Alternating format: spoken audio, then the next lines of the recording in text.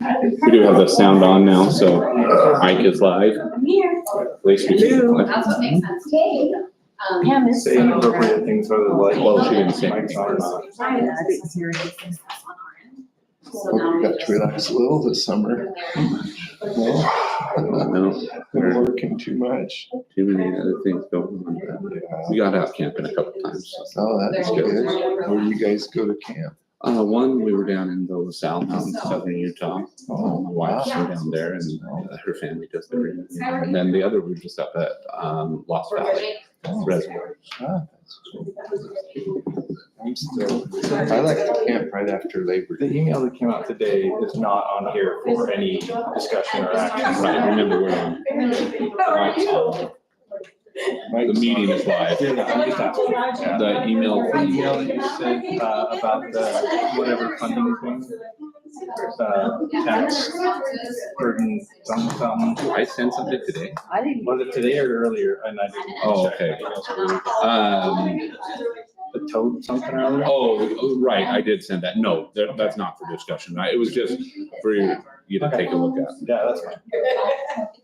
I like to camp after Labor Day. Because, Oh, we do too. yeah, that's my favorite. Sure. Of course, the harvesting is over. Right. But things are way calmed down. Yep. I'm glad I went to sleep.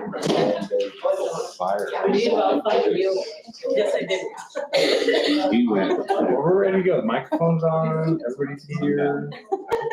We're all going. Recording. Sorry. I got a little. Most of my time. Get up on that. You're going to see it. I did play golf. Nice. Nice. I shot. No, you wouldn't want to see it. Oh, that's. Which one? Then I had to make sure. Joseph. I did golf. Wow. That's Oh, no. trend. So, The golf course. yeah. Is there anything else you need? I think we're great. Sweet. Appreciate it. It's only 45 minutes from the Grand. That's like the absolute. Okay, you gotta tell me. Yeah, solar. Flowers, That's W-A-L. probably what. Oh. I tried to call it, but WALL. that would have been when I was both on my hair. Oh, it's like Stanley. Thank you. No tram like in, and that's. I love your Tram anyway. Oh, wait, I didn't even notice that, yes. And the shoes, I kind of like those colors. But it's just really a great place to. Nice. Oh, gotta go there. That's beautiful. Yeah. Time to be there once. No. Hi Pam, how are you? I'm good, how are you? Good. We're just talking about the last. I gotta go there. That is gorgeous. Cool. Say it again? Wallowa, have you been there? Where's that? 45 minutes from LaGrange. I probably have, my sister went to. Joseph area. Oh, yeah. Yeah, My no, sister graduated from Eastern. Her two boys were born there. Oh. So, Yeah, that's just gorgeous. But we gotta wait till the smoke clears so you can go up oh on. my gosh, all of Oregon's on fire. Yeah, it might be October before It's this. kind of a beautiful day today though, honestly, Yeah. visibility, but it looks like Yeah. smoke is coming in, so Yeah. that's kind of a bummer. Long range forecast is starting to look good here in about a week. It's some good rain. Do you feel a little chilly, like, The nights are so much longer now. Yeah. Once the nights get to like about 11, almost 12 hours, it really starts. I never reminded everyone about a meeting, so maybe there's. Why Derek never. Doesn't even knows the second Monday. I should know that. We all. I know, and just my junior golf ended a week ago, and I just kind of been like, I'm all right. For a while. For reals. Yeah. And so, Even though people are like, are you gonna do fall golf? I'm like, no, leave me alone. Like, I don't want to. I don't know. take a break. Well, I don't know, the golf course is more busy than it's ever been, so it's kind of hard to I've noticed the parking lot's always full of people. Oh, it is. It's crazy. Back there. It's just for your information, everybody. This is as of today. Oh, good. There won't be any Glad to ask. necessarily any discussion. Okay. Wow. People are always Is that asking. because of kinder? What? Is that because of kinder? Ice? Oh, it's just growing. Yeah. It's, There's a lot of- we're looking at second grade now too as being close to being, having to add another teacher. Oh, my goodness. Most of the new houses seem to be in that area, so Yeah. that's. Well, if you can take me off the board and I'll go do that instead. Can we test Michael? No, not yet.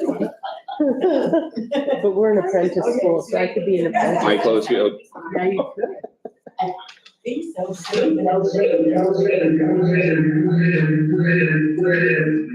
Wow. That is so cool. let me try it one more time if you'll keep that. Wow, I need that. look at that. And go ahead and Michael, talk. can you hear us? Wow. I can't, can you hear me okay? I can't yet. Are we clear enough for you? You guys are crystal clear. Okay, Thank you. I'm gonna go ahead and mute Even with all the this while we fires. go into the other part of the meeting, and then I'll unmute when we get to that portion. Wow. Yep, that works perfect, thank you. Yep, thanks. Keep it six, I'm good. We're ready to go? Thank you everyone for coming. We want to excuse Gina and recognize that Alicia Krantz is sitting as our, oh, help me. Clerk. Thank you, clerk, but we'll start with the pledge. I pledge allegiance to the flag of the United States of America and to the republic for which it stands, one nation, under God, indivisible, with liberty and justice for all. Oh, no.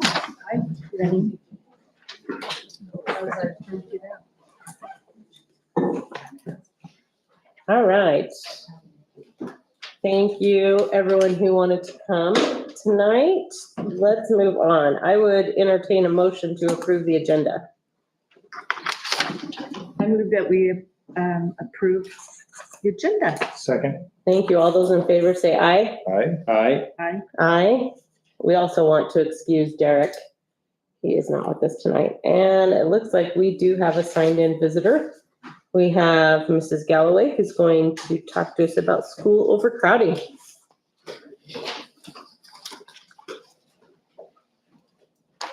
I really don't plan to speak tonight until I found out that Purple Sage has to add a third grade classroom this year. The third grade classes will be seriously overcrowded until a new teacher can be found and hired. And I've been told there's not even a classroom available for the third grade. That could be rumor. If this is happening at Purple Sage, I assume that the other two grade schools, which are already way over capacity, will have a new influx of students also. This is not fair to our students and teachers. You are counting on a school bond to pass. You are counting on a new school, which in my opinion will probably be overcrowded before it's even built and is 3 years away. Do you realize that the fire district is going to run their bond every election until it passes? And I assume the ambulance district will do the same. I recently received an email from Representative Russ Fulcher, which stated that prices have surged 20% over the last 3 years, forcing Idahoans to spend $12,800 more annually just to buy basics. You've all been to the grocery store. Not only have prices increased, we pay more in sales tax due to these increases. People are struggling. And from my sphere of friends, which are mostly senior citizens, they are not going to vote for a school bond, not because they don't want it, they are concerned about their finances.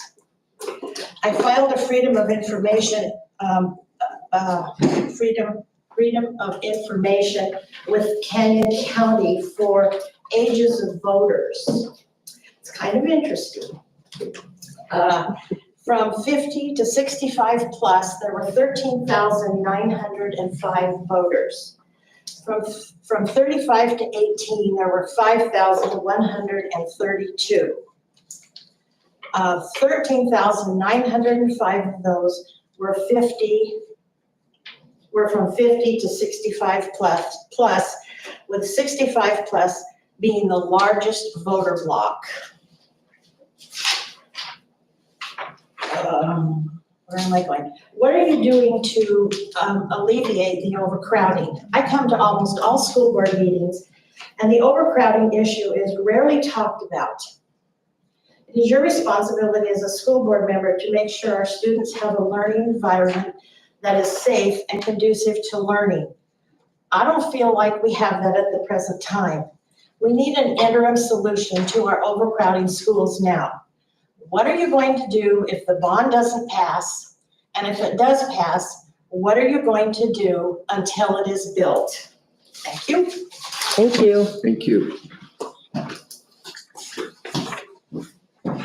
All right, so let's move on. I would entertain a motion to approve the consent agenda. To approve the consent agenda. Let's second that.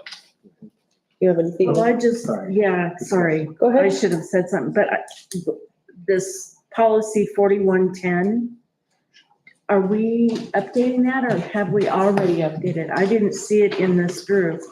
No, that's going on when we bring the next section of policies on. That's the Yeah, next section. in the next section. So we're letting this group get to the third reading, and then we'll Okay. bring that next group in September. Okay, and then, But that would be part of the policy, that we wouldn't put a policy in the consent agenda. Yep. oh, portion. sorry. Yep, no, it's okay. Just wanted to make So sure, it would not be- for you, but Yeah, if anybody was listening. It would be the minutes and. minutes. Yes. Okay, perfect. Nope, are you good? Yep. All right, so we had a first by Jake and a second by Jay. All those in favor say aye. Aye. Aye. Aye. All right, let's move on to discussion items. Dr. Gee, is that you? Yes, the first out-of-state trip request, we got more information from both the cross-country team and the volleyball team, as you saw that information in the packet. Is there any additional question or follow-up that the board would like? I'm just curious. A charter bus that costs that much?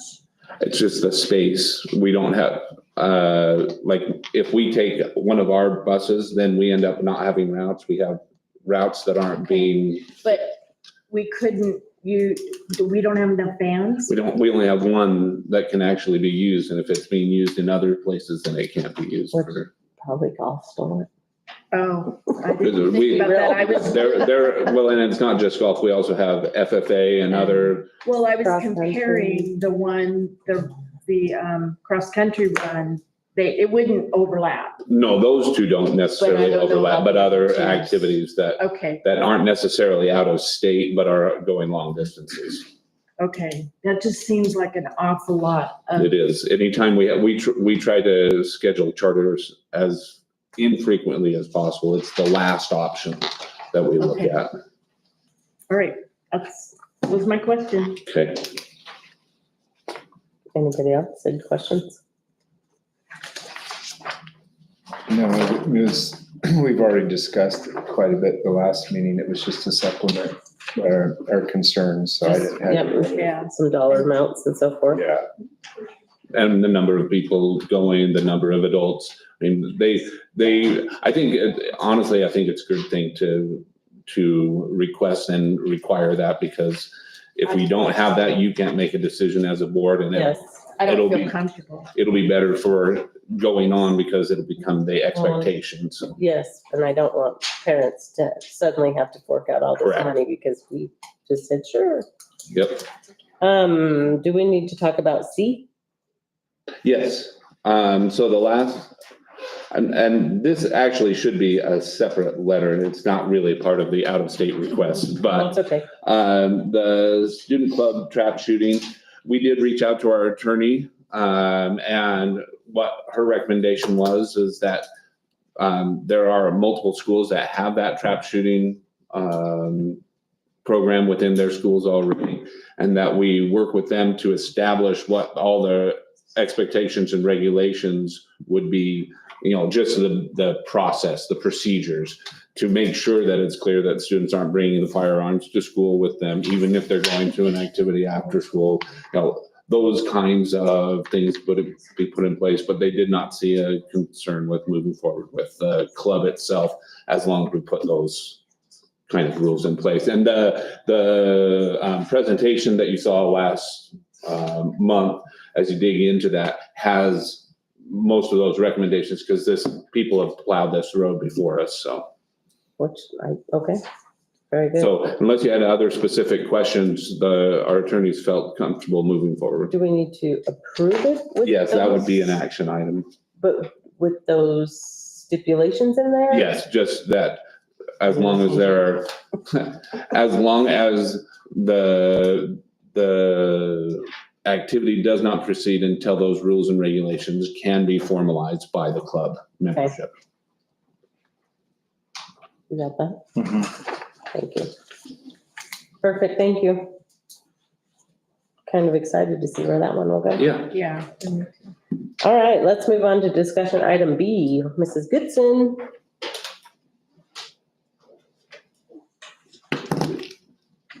So as we've done the past few years, we'll put together a schedule of the different assessment reviews that I present to the board each month.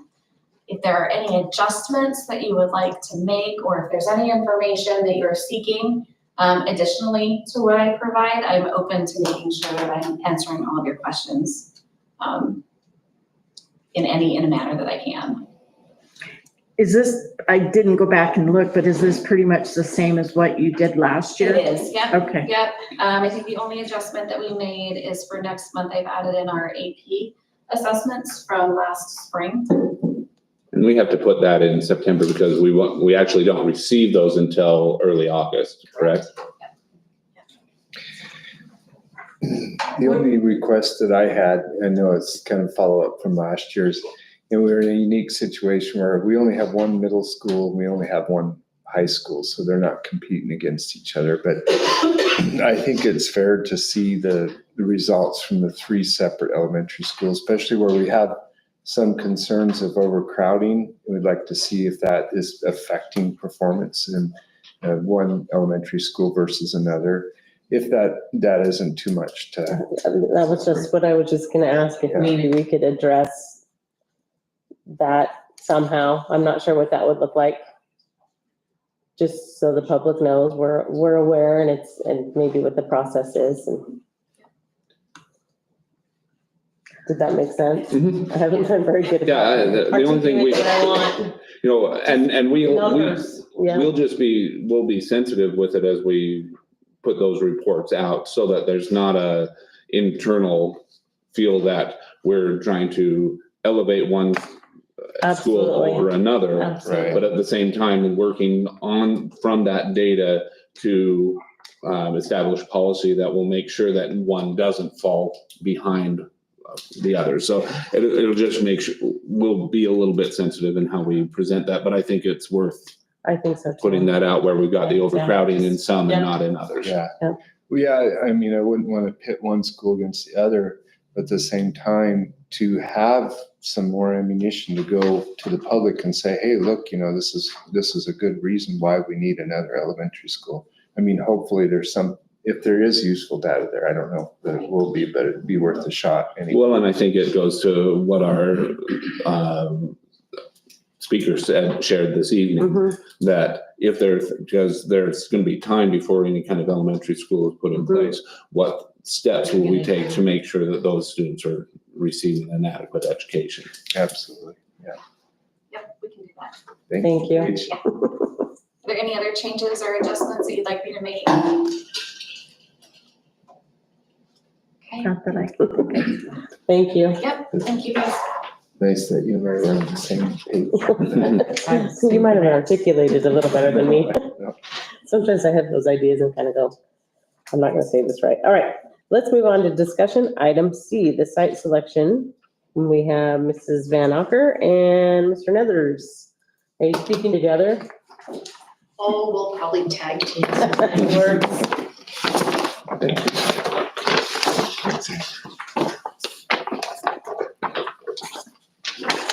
Probably just do. And this night, Yeah. Yeah, Like, very good. That's what get really bad. You're so funny. And if I can just share prior to their starting the presentation,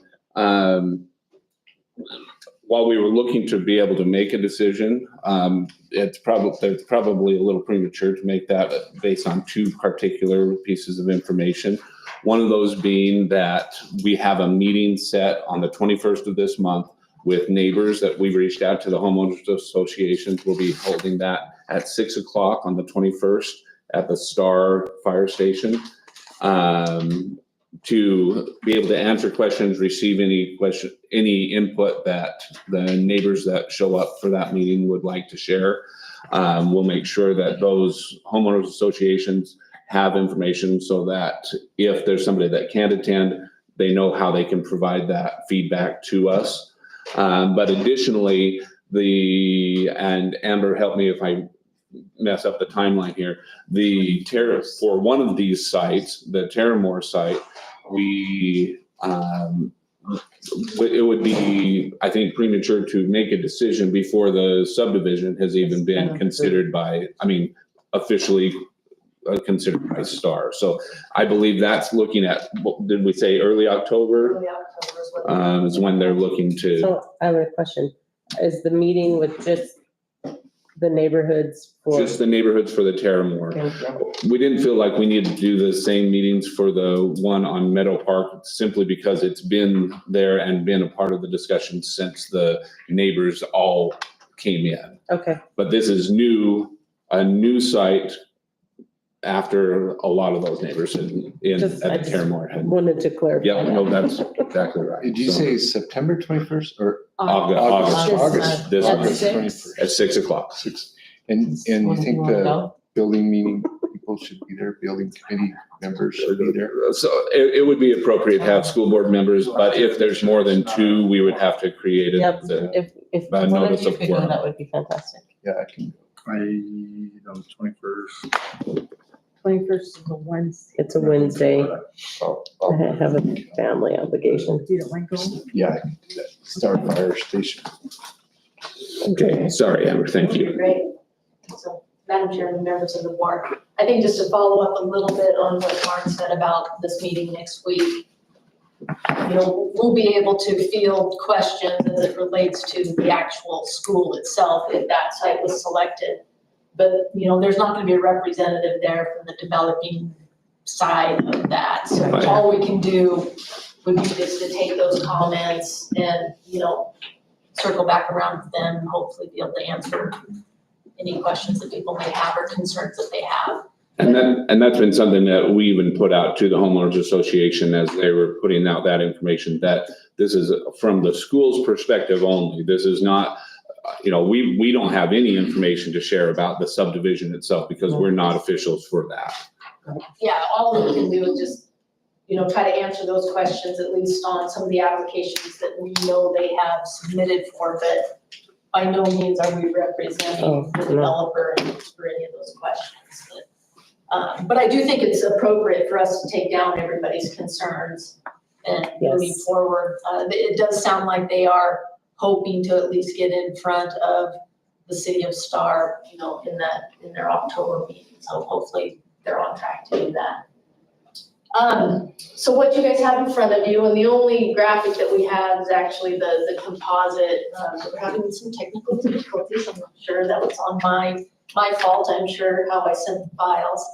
So from the last meeting that we had, we kind of went back and we were instructed to look at some site developments from a single-story perspective, a single-story solution, and then also a two-story solution. And we did that for both sites and kind of analyzed those and did some more in-depth site plan layout. I don't want everyone to get hung up with that building footprint, but in all 4 graphics that we're gonna kind of show you, you're looking at a square footage anywhere from 65,000 square feet up to, 70,000 square feet. And that's all, we're still in that programming phase. So this is just a good representation of analyzing these sites and making sure we have enough room and then doing those two comparisons. And then Nathan and his team also kind of looked at it from the lens of, cost comparison. So a single story solution to a two-story solution on the same site, and then going through that same exercise on the Terramore site and looking at it from just on a really high level, 30,000, foot level from a cost perspective and the pros and cons of that. So in your packets, you do have enlarged versions of each of those sites that, you'd be able to take a look at and in your free time if you've got additional questions. First off, we'll do the single story solution on the Terramore site, which is, approximately 11 acres. It does set up nicely to be able to have, I'm just gonna step over here, it'll be easy for me to have, those two drop-off zones, a bus zone. You've got your nice single story element, interior, some interior play areas, a nice northern exterior hardscape, and then, a pretty decent amount of green space. So that one, I think, both of these, and if we, Lisa, slide over to the two-story solution. There you go. So this is a two-story footprint. Obviously, the footprint is a little bit less because we do have a second floor on this. So we do gain a little bit more green space. We're still looking at the exact same parking lot configuration, so that doesn't change too much. What does change is the opportunity for some more exterior play area. But really comparing these two sites, these two solutions on this site, they're very, very similar to each other. And I think, Nathan, if you want to just talk about some of the cost pieces. Sure. On the single story, obviously, single stories, you're not having to pay for any sort of conveying, elevators, stairs. You have less building skin than you do with the two-story. Now, the two-story, if we condense that footprint down, as Amber said, we'll recognize some savings in footings and foundations and slab on grade and essentially building footprint, but then you're putting more money into a taller structure, right? So there's your money into your skin and your windows and your stairs and your elevators. Really, the Terramore site is extremely attractive because it's flat, comparatively speaking to the other option. So far less earthwork, utilities being brought in by the developer, essentially stuffed into the site. So significant runway of work already done by others, and being able to tie into that is a huge benefit both for cost and should be overall shorter construction schedules. Without holding you to anything, what would you say is the percentage increase over a single to a two-story? It's got $1 signs on there. Did you see it? There's $1 sign and $2 signs. I hate to even answer that. I mean, it largely depends on really how condensed we can get with the footprint, right? If we can get really efficient, right, you can make that still be a good value proposition, but it's still going to be more. You're not going to get away from stairs. You're not going to get away from elevator. 20%, 25%, 30%. I doubt it's that much. Okay. Right, and then you're taking that money and you are getting a much larger playground and hardscape area, but there's money's added cost there as well. Sure. Right? So it largely comes down almost to a value proposition. I mean, budget's always been a factor, but where does the district want to put its money? Well, if I have to stare somebody in the face that's paying taxes on this, I don't want to tell them that I've got a $2 million set of stairs, right? So that's really. It's a non-teaching area, right? Yeah, it's so no, I appreciate that. That's helps still. Yeah, I think what we try to do when there really is a discussion about, do you want to go single story, do you want to go two-story? You're going to save your money in the site development. And in this analysis, we're still analyzing the exact same acreage. So you're not getting that savings of dollars by going to an 8-acre site or something like that, let's say, with a two-story solution. So that is where I think if you were just to take the building, single story, two-story, compare building alone, your two-story structure is gonna cost you more. They're pretty cool. So- Yeah, And building on that, if we're looking for that smaller footprint with the two-story building, I don't know that really becomes an issue unless we feel like, God, we just really need more playground space and we really need more green space. But you guys have done so many elementary schools. Do you have a formula, like how much room per student, or can you give us a feel how this compares with all the other elementary schools? As far as the building is concerned, or the site? The site and the green space and playground space. Oh, no, I feel very comfortable with an 11-acre site and probably could take it down to a 10-acre site for this enrollment and feel comfortable. You start to dip below that when you're looking at 700 kids or plus. Unfortunately, they just destroy grass when you get that many little feet running around. So we try not to get much below that 10 to 9-acre site. And what's the projected number of students that we're shooting? 700. 700. Yeah. 700. Okay, so there should be plenty of either footprint, plenty of room for 700. Yes. Okay. So we can go to the other sites. Thank you. The Spendy site. Yeah, unfortunately, and I really do like the Meadow Park site, just because, the topography from our perspective does add a lot. You can do some really neat things with a sloped site like this. Unfortunately, it costs a lot of money to move that amount of earth. And because of our access is a little different on this site, we end up chewing up quite a bit with just access roads and trying to make parking lots work. And you're all familiar with this, but just to recap, the site slopes dramatically from this northwestern corner down to this southeastern corner and drops about 20 feet, which from a site development perspective is substantial. Even though it's a larger site, we do have a very large irrigation easement through here that, we can't actually put a building on. And then there's actually restrictions a little bit with if we were to come in and do some of this hardscape. I think we could probably still do it, but it would be, there'd be some criteria around that with the irrigation district. So again, we looked at doing a single-story solution and a two-story solution. And the idea here that we had is that we would actually tier this site. So the parking lots and the whole building footprint would be up on basically at this elevation, and then we would drop down, at the lower play areas and end up with a series of stairs and ramps to get down to those play structures. So what does that look like? I'm just thinking Snowmageddon, right? I mean, what does that look like for access? Like if there's a bus that goes down the hill, can you get back up the hill? Is there another egress out of Well, this would the all, lower area? Or both of is there- these would still be tiered on the same elevation. Yeah, So all of okay. your access around the building, this would all be at that higher elevation. And this red line is kind of designating where you would have, a Okay, series of gotcha. retaining walls. I And, gotcha. you would be able to stand up here from a supervision perspective. I think it would be great. The faculty member could sit right here and you would be able to see all of that.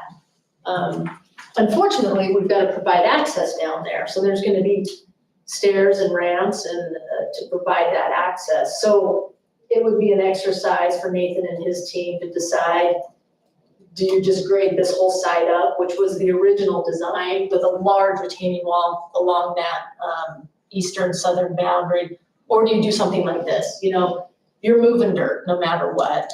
And that's what makes this site expensive too. And there's also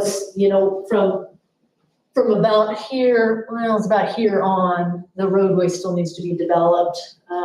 We do have sewer available, but it's gonna require a lift station, which obviously is expensive and, a maintenance commitment for the district over the years. And from a construction aspect, I mean, I never really hit the nail on the head. I mean, it's either way you do it, either the concept she has there or building the entire site up and pushing the retaining wall out. It's a significant amount of earthwork that has to be done.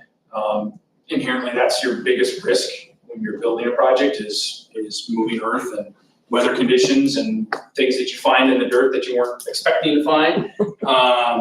And I think, you know, from a construction aspect, there's a significant amount of money and time spent on, again, those non-teaching areas, right? There's a lot of off-site work that has to be done in order to get utilities here.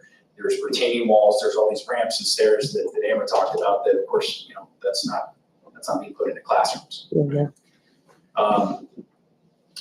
That's the biggest concerns we have with that site. When talking to parents, is it fair to estimate that the additional construction on this site, because of that lift station and all the excavation, could easily be 1 to 2 million more than the other site? Easily, that's. Just in the original, when we did the plan in 2022, that bond that we ran, the plan that they had almost $4 million in earthwork alone. Wow. So And you gotta recognize too, I mean, those are straight,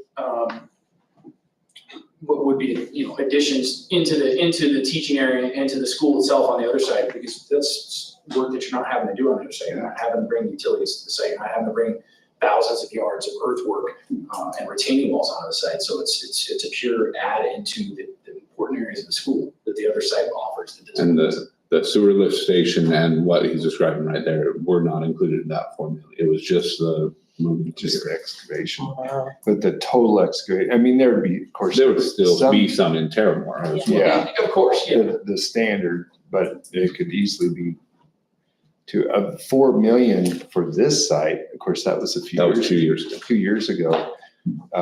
Wow, so that would be at least 2 or 3 million more than the other site. You're talking thousands of yards to be brought into the site just to make grade.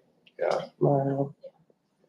And so we did, just for fun, we looked at designing the site with a 2-story solution, but But the dollar creating, signs are full. trying to take advantage of the sloping site and creating an upper level portion and a lower level, you know, daylit basement sort of Mhm. approach. So you would have your gymnasium, cafeteria, series of classrooms, which I would probably recommend being your upper grades, would all have access on a lower level parking area, and then an upper level main admin and classroom space. Would create an amazing, some amazing architecture for you, but again, that would, Nathan's telling me that's probably your most expensive option. I was jumping the gun a little when I was looking at the plans, and that was the one I was concerned about, the bus on down kind of in that lower rut there, because that's gonna be some interesting, you know, cut some switchbacks in or something there. Yeah, well, the idea would be that we would grade that lower site, that lower piece, you know, would be on its own level, and there would obviously be a series of retaining walls again, but. But still gotta get down, just down. That's right.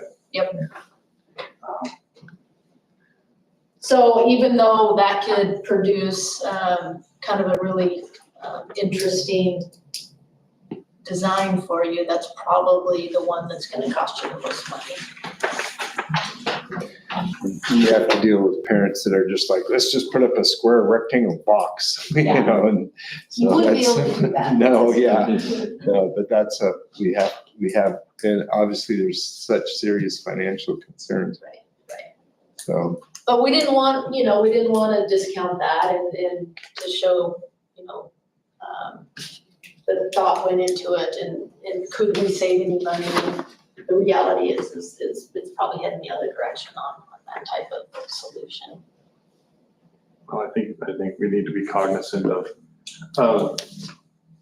the monies given to us. So, I mean, I think it's, while we can't really make any action on this, it seems that moving forward, looking more strongly at the Terramore site, Terramore site makes sense over putting a lot more effort into the Meadow Park site. If it gets approved. Yeah, I mean, that's the stipulation, right? Yes.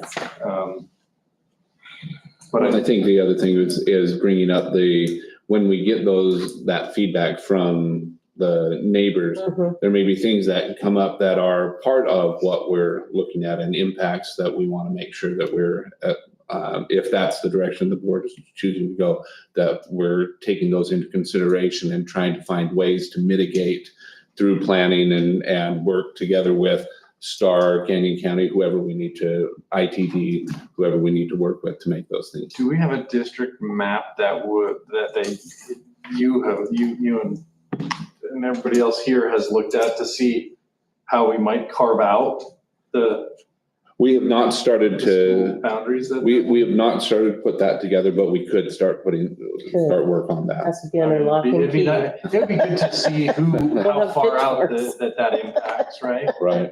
But I think that's very important for the site consideration because most of the newer homes, of course, are coming in closer to Boise. And we'd love to be able to move some of this traffic over to that side of the county. So that's a huge consideration, I think. Well, we gotta be ready to fight too on, in the school's behalf, with those other cities that are impacting that footprint and STAR basically. Well, and I think it'd be worth us creating a few of those diagrams, if nothing else, to help people understand where our boundaries of our district are in general. Because a lot don't understand how far east we actually go within our district, especially with part of that being part of STAR. So that might be, that's something we'll start working on, is putting those kind of explanatory maps together. Because they'll be in the STAR city limits, Correct. but they're Middleton School District. But we're Canyon and they're Ada. Correct. Well, But that's Canyon County side. Middleton School District under is all in Canyon. Canyon County, Yes, correct? yeah. But STAR extends into both counties. Right. So they would be looking at that. So it would be helpful for us to be able to explain that to folks as well. Every time I bring that up, people are shocked. Oh my God, because they think it's Middleton School District. That's Middleton city limits. You know, no idea. Yes, because I live in Caldwell, technically, I have a Yeah. Caldwell address. Clear up there to so much better. Yeah. But just to address, I know Just at the- it would be helpful to also Oasis address Road. to the public. I know the concern was raised earlier that perhaps we're not doing this as fast as we could or with all due and deliberate speed. If you guys can address the timing, I think we're doing it as fast as we can and as good as we can, but maybe you guys could address that. Yeah, I think that's part, and I appreciate this meeting being set up next week with neighbors in advance of, actually having applications that are going in for any sort of review.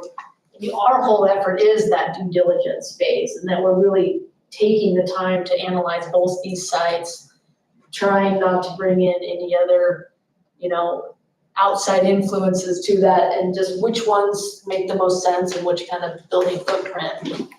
But back to your question about the timing, we're in good shape. I'm not concerned about that. I think we need to keep moving this process forward, just so everybody knows that, we've been working all summer and advancing things. But I think it is critical, and I think it's a good decision that you're making, that you're waiting for the city of STAR to render a decision on this other site, so those questions can be answered. But once you guys make a decision on the site, we're off and running. We have been kind of parallel paths. We're working on the programming aspect of this with Mark and his administrative team to make sure that we are, analyzing just what needs to go into this building, how many classrooms, square footage sizes, and meeting with that building team this summer. So all of that is still occurring. We're not, we've got parallel paths going on right now, so. And it just didn't seem like there was any way to put this on the November election and be realistic. That was just really pushing it for the public's concern. Well, I think you run the risk of just asking for the money without having, a plan in place.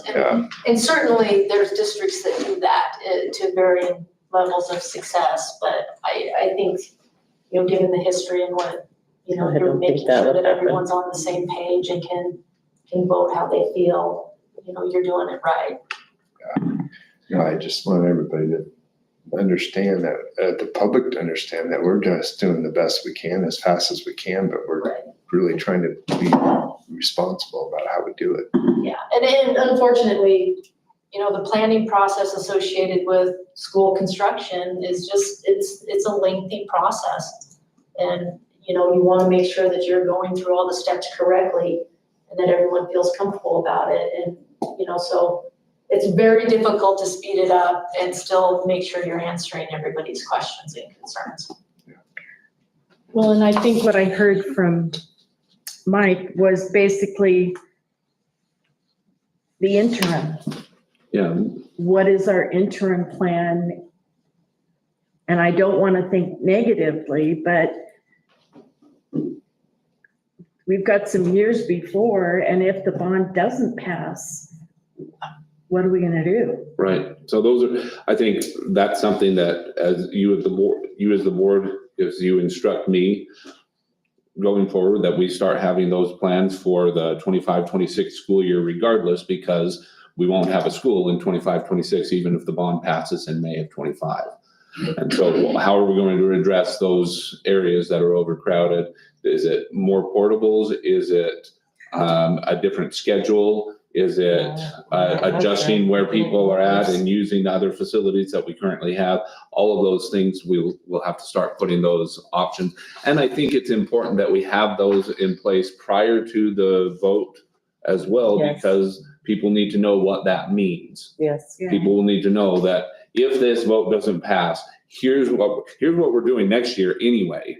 But here's what the plan would be if we didn't have that, so that they're making those choices based on all the information they can use. Because normally enrollment really isn't set until the end of September, right? Oh, yeah, certainly after Labor Day, we Right.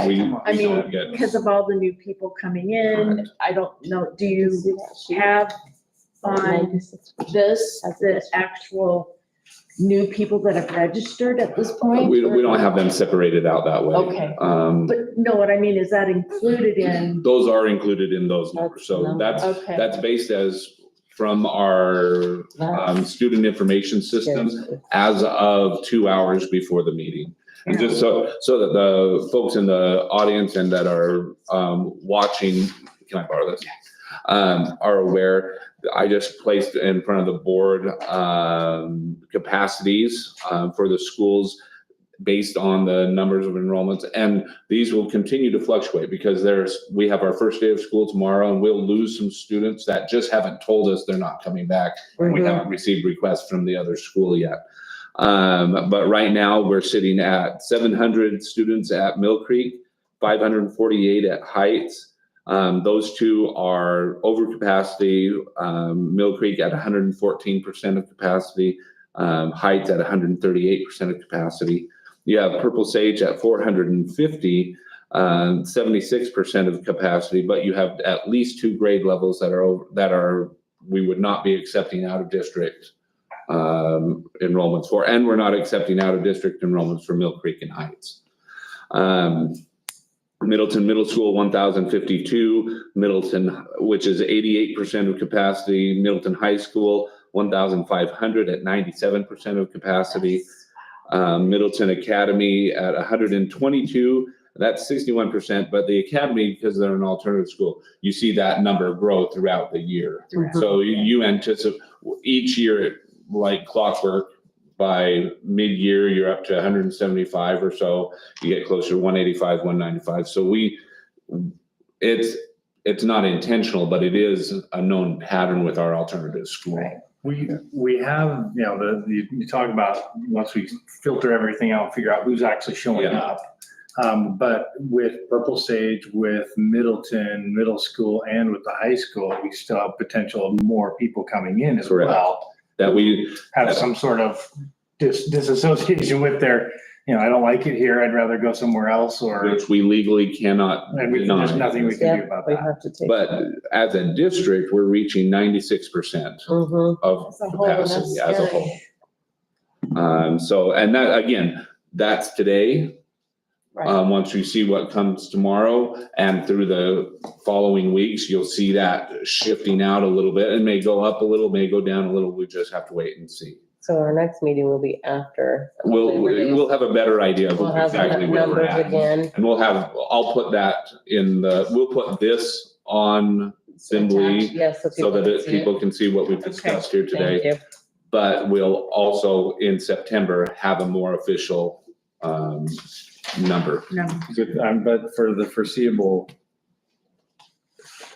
future efforts putting forward, I mean, I think, and it's not a motion or anything, but it seems to me that logic dictates that Terramore is where we focus our efforts. I'd hate to see a bunch of hours and efforts put into, septics and strange whatever else's we need to pull into a site where it just even, like, we would have to find an alternative basically because it's just cost prohibitive. And nothing against the developer, but it kind of looks like that was an easy place to donate. It probably was. I was not here, nor did I see any No, and I'm documentation just. to say one way or another when it was Yeah. donated to us, but. Well, when you said a lift station and stuff, shouldn't that stuff be it's only when they develop it that they have to put those in? Well, it's my understanding on that side that originally when that piece of ground was developed, there was enough serviceability out of the sewer to the east. Oh, And since that time, Oh, fast there- forward now, there isn't anymore. So that's why we're having Oh, to wow. actually connect Okay. to the west, that's why the city. which requires us to pump in. Can we send? But that's, we have not had very detailed meetings with the city. That's just what's being told to us through a few phone calls and some emails and all of that. So don't get mad at the city. Can we send I already something off to the city just as a request to kind of, To get that more official. just to get a placeholder for this lands before they make decisions, so that every time they consider development, that they don't pull from the existing and ignore the potential of this site. That makes sense. Because if they had something, if at one point Because the other one it doesn't. looked okay and now it doesn't, because people just keep shoving stuff in, that means they've completely, They still They are still are. capacity. yeah. Should have been reserved for our site, but, Ms. Galloway did bring up a good point about there's so many younger people that don't vote, and it's the older people that vote. 35%. And just to go back, that contingency plan, I hate to use the word scare, but these parents and these younger voters have to realize there's some huge considerations to make if they don't show up to vote for the bond. They need to be motivated They don't. somehow, I think it was only 30% of the parents less than 30% of the parents voted at the last bond. And that's just ridiculous, I think, so. And I'd argue that quality of education impacts everyone. And if we're having a hard time educating these kids because of these space constraints, then it does impact everybody at every level. It came from places where they're throw a lot of money at education. They're not focused so much on the output, and they're producing a big pile of catalytic converters at the recycler, and that's about it. So that's. But you've seen the extreme in Western Washington where, things fall apart, society falls apart. Yeah. Anything else that you feel the board should be aware of? Thank you. Yeah, thank you. Thank you very much for Thank you very much. coming tonight. Appreciate it. And listening to all of our editorials.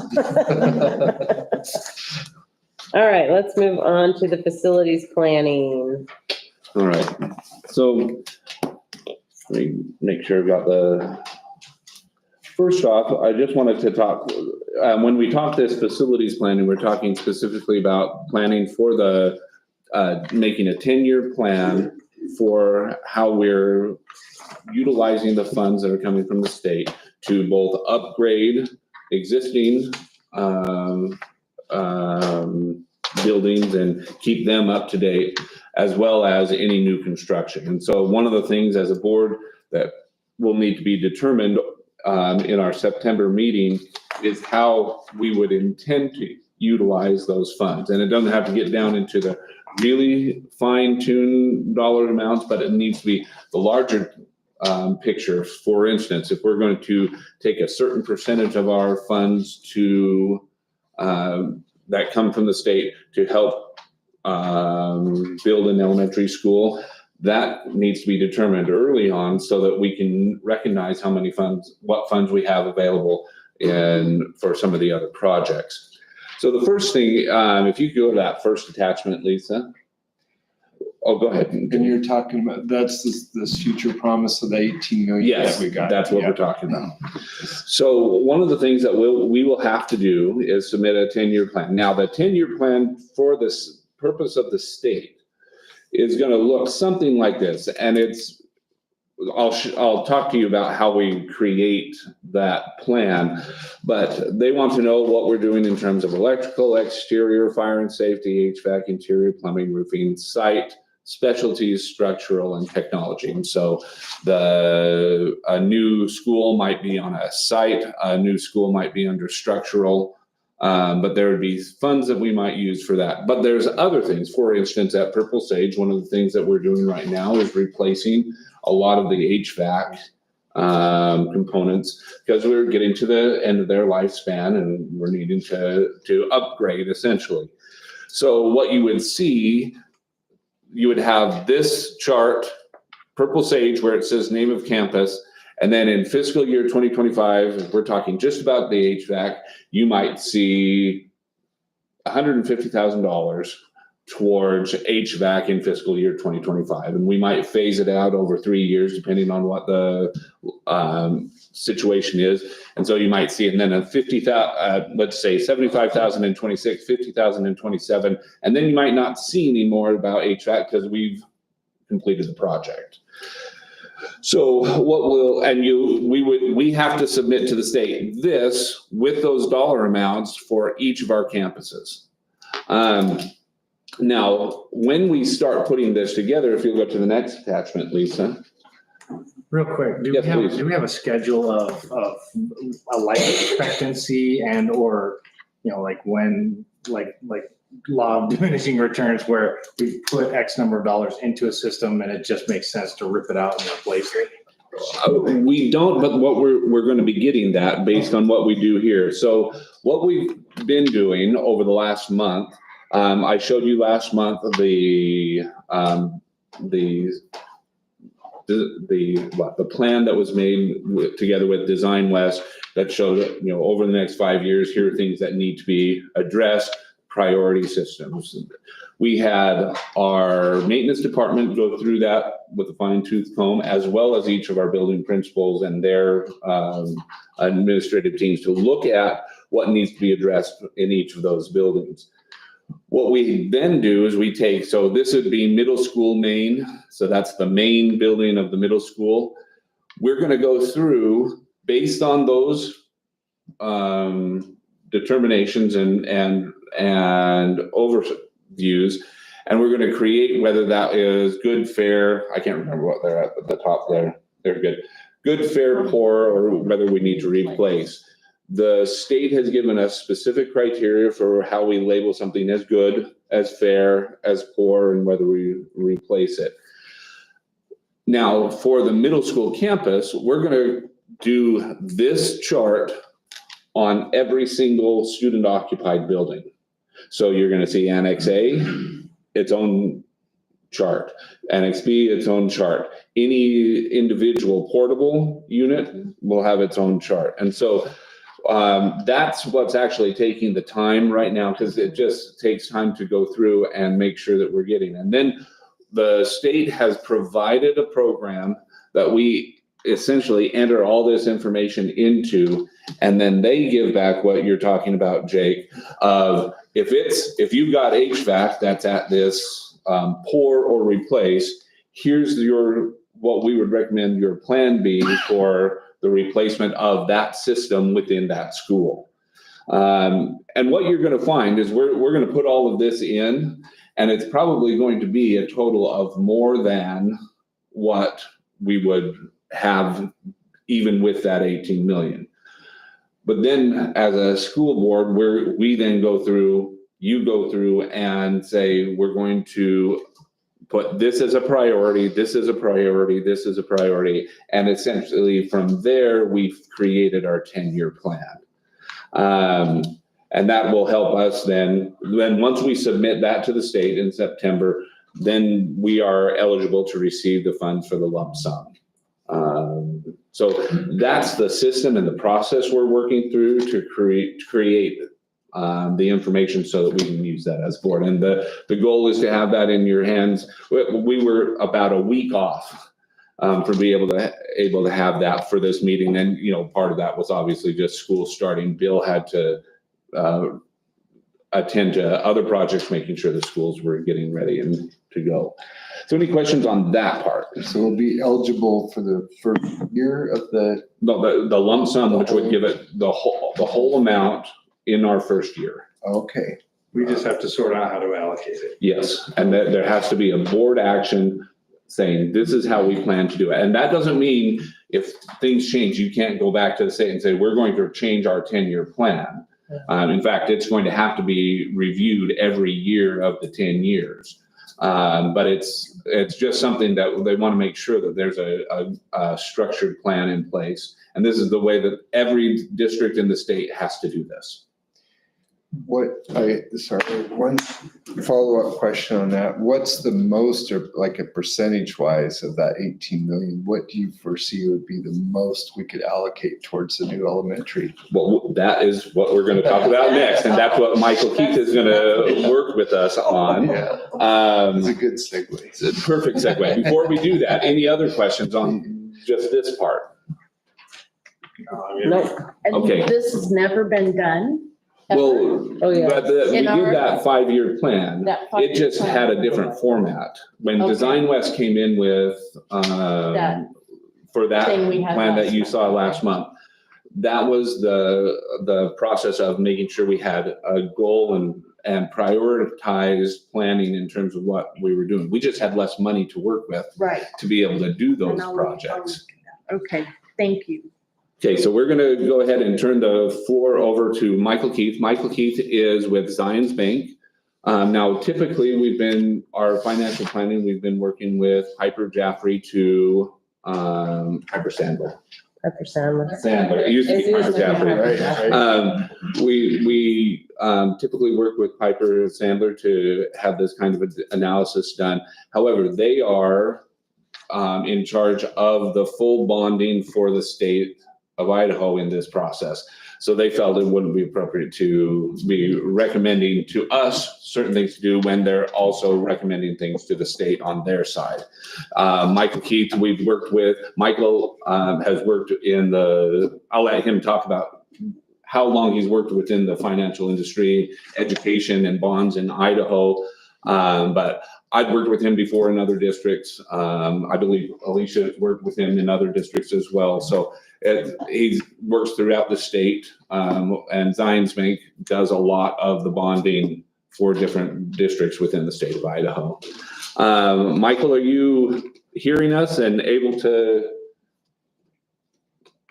Let's see. Are you able to hear us, Michael?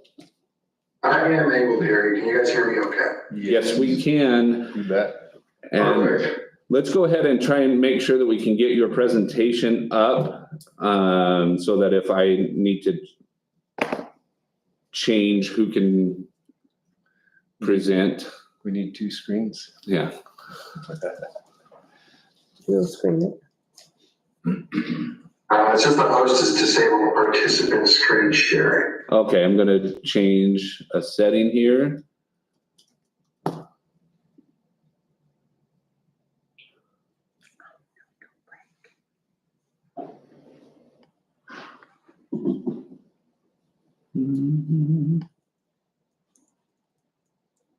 Okay, I've changed one sharing setting. Can you share now? Can.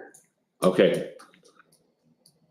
So we'll let you take it away, Michael. We can hear you and we're seeing your screen, so. Okay, perfect. Well, I appreciate it. And thank you very much to the Board of Trustees of Middleton School District. And I did want to give a quick background, if it's okay, on kind of my experience in Idaho public finance, Superintendent McGee mentioned Piper. I actually used to work at Piper. I worked alongside Eric Herringer for almost 17 years before I came over to take over as the lead for Zion's Public Finance. So I'm very familiar with Middleton School District. I actually was around when you guys did your 2008 bonds and worked on those.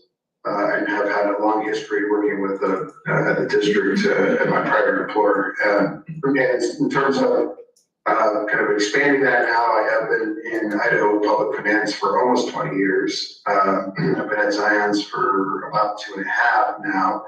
And, you know, one of the primary differences between Piper and us is Piper tends to focus more on the underwriting side of things.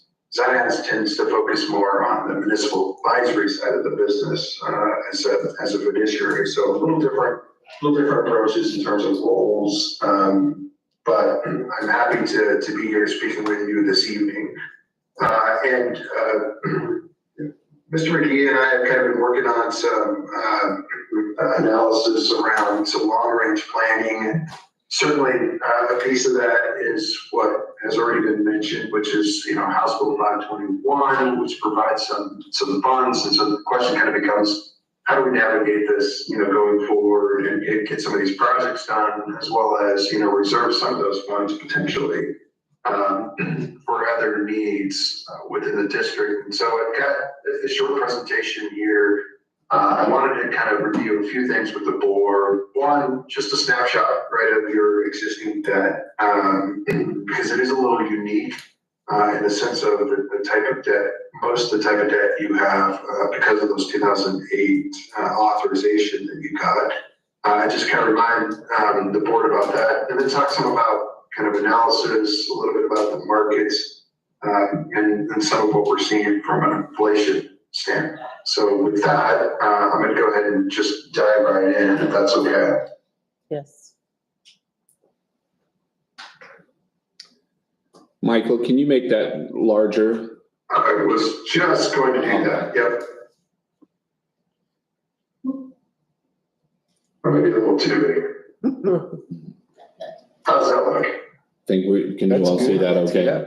Okay, we're good. Okay, perfect. So as I mentioned at the beginning of this, I wanted to talk just a little bit about the district's debt. And you'll see that 2009, 2010, and 2011 have this term called QSCB following it. And what those were what we call qualified school construction bonds. And there was a huge benefit to getting access to those after the 2008 financial crisis happened. Federal government provided some incentives to try to invest for local governments, and one of those being providing bonds that have these different subsidies. The 2009 bonds were kind of the first of its kind for the districts, and that one was where they were called tax credit bonds when they were first came out. Not really, that just means that investor who holds those gets a tax credit. So the district sold what's called taxable bonds. The investors got tax credits that can either be sold or utilized to just offset their tax liability. And by doing that, kind of gets them to an equivalent of what we would term today as a tax exempt bond. Those weren't selling as well, and they actually ended up changing the program. So when the district came back with an additional authorization 2010 and 2011, those got changed to what we call direct pay subsidy bonds.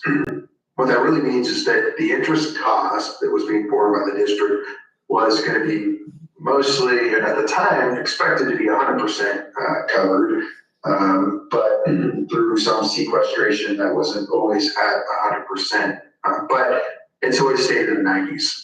And so those costs, those interest costs you're seeing for the 2010As of 407 and 2011 of 166 are being mostly offset by the federal government. And so the benefit then, the additional benefit was that because these were what's called bullet maturity. So that 7 million comes due in 2029. The district was also able to set funds aside in what we call a sinking fund and invest those funds, right, over time and get interest earnings off of those. So at the end of the day, the district is actually not only getting its interest costs covered, but some of that principal repayment is coming through investment earnings. And so it was a really good deal. It was a really good time for a lot of reasons for the district when they issued those bonds in 2008 that benefited and kind of set the district up, if you will, where it is today. And then, of course, the other ones are the 2015s, which are more traditional bonds that were issued and refinanced. Those were actually refunding bonds in 2015 that mature in 2028. And the other thing I have down here, just because sometimes I get the question anytime we're asking about capital financing, is what's our borrowing capacity? And of course, capacity is different than what we think we can afford from a tax rate capacity. But from a debt capacity, from how the state calculates it, which is 5% of your full market value, that currently sits net of the debt that we see up there of 22.6, which would be as of September 15th of this year. The district would have over 200 million available in debt capacity on that. Any questions about the outstanding debt? I know some board members are probably very familiar with this, some maybe not as familiar, but I wanted to make sure we reviewed that really quick. Looks like no. Okay, there we go. Okay, perfect. So if we start thinking about, well, how do we know that there are expensive projects that the district has been trying to accomplish, in particular in elementary school, that has been had a couple attempts with voters at passing. And so with these funds, the question kind of becomes, well, how do we leverage those? And what's the best way to leverage the funds? And just to kind of outline some assumptions at the top of this in terms of setting this up.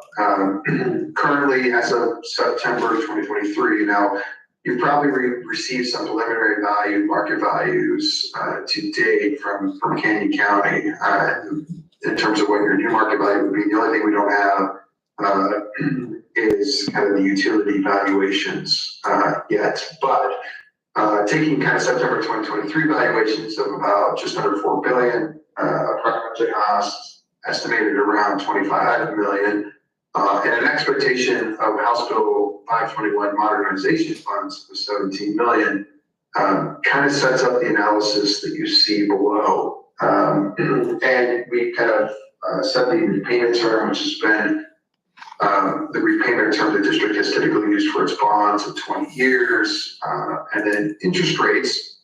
And this, we didn't get a chance to upgrade. The district we assumed, because we weren't sure what the amount was going to be, a AA1 ISPG rating, but actually just a few days ago, that school loan guarantee program got upgraded a notch to AAA. And so that would impact these interest rates some and lower them a little bit. But for analysis purposes, the assumption was a AA1. We put that together. So if you kind of jump down below the red header here, you can see 4 different scenarios. And I'll talk a little bit about these and kind of dispel some of the numbers that are here.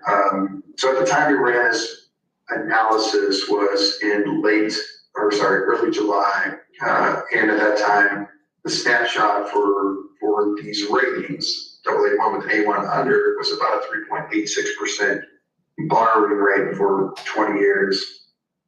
If the district borrowed all of the needs for the project, let me back up. If the district applied $17 million of the funds to the project, then I'm going to kind of go from right to left on this. So if $17 million of HP fund was applied and it was done through property tax relief, right? We wouldn't have any funds to invest because you wouldn't get the $17 million up front. You'd be borrowing $25 million at 3.86%, with an interest cost of estimated around 11 million. Michael? Like your household, go ahead.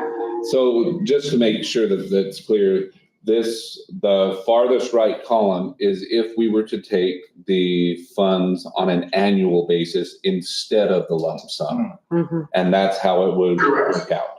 So we would get it, it would go immediately to paying off bonds and levies. And that would be how that side is working. This may come up in this conversation, but well, first of all, how much do we have left on the high school?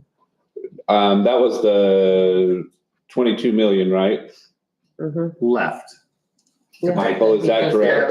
The 15, yeah, I mean, you have 22 million left in debt. The Series 15, it's 2015, which was a refinancing, was some other debt the district had issued.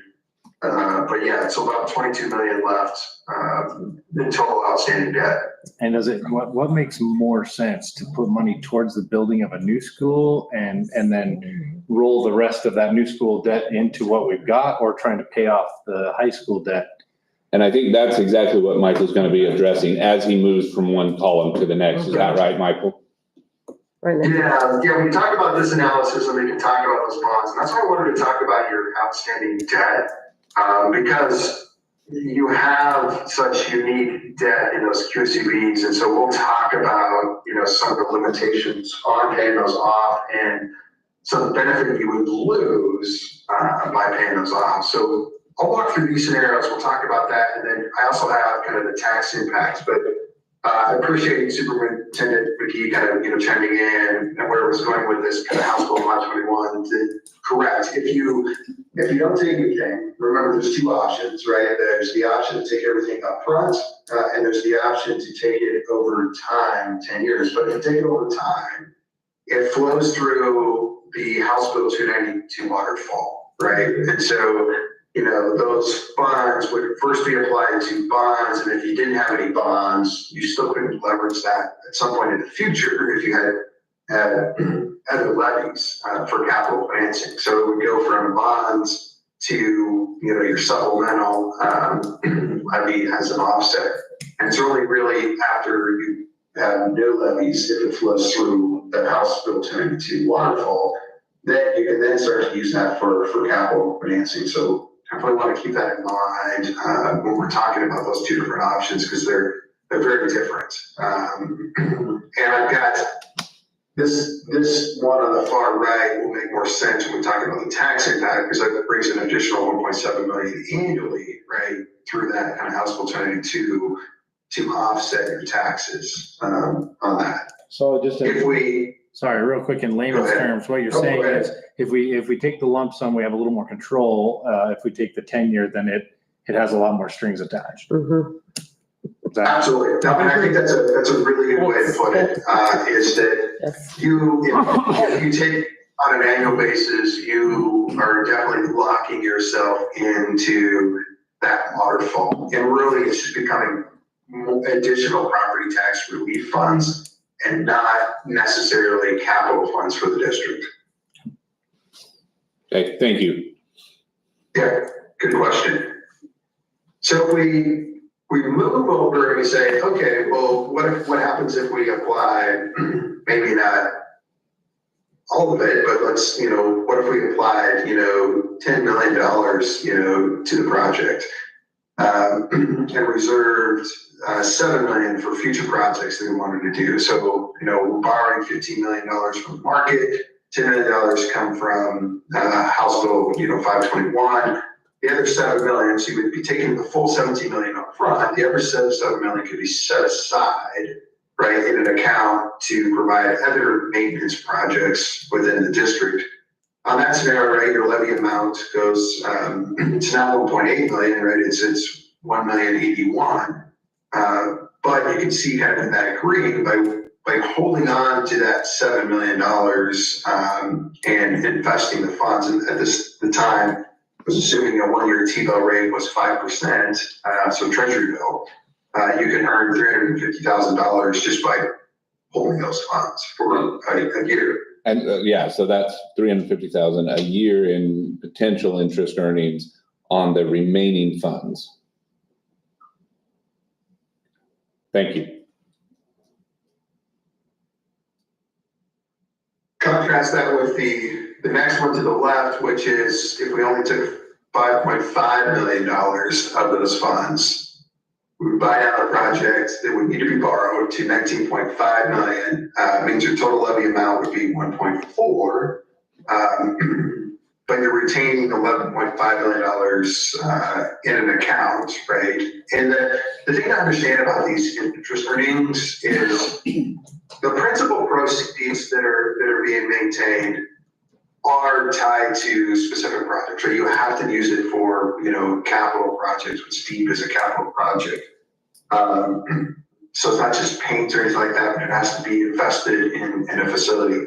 But the interest earnings that come from that are not restricted, right? So those interest earnings that you earn can be used for anything.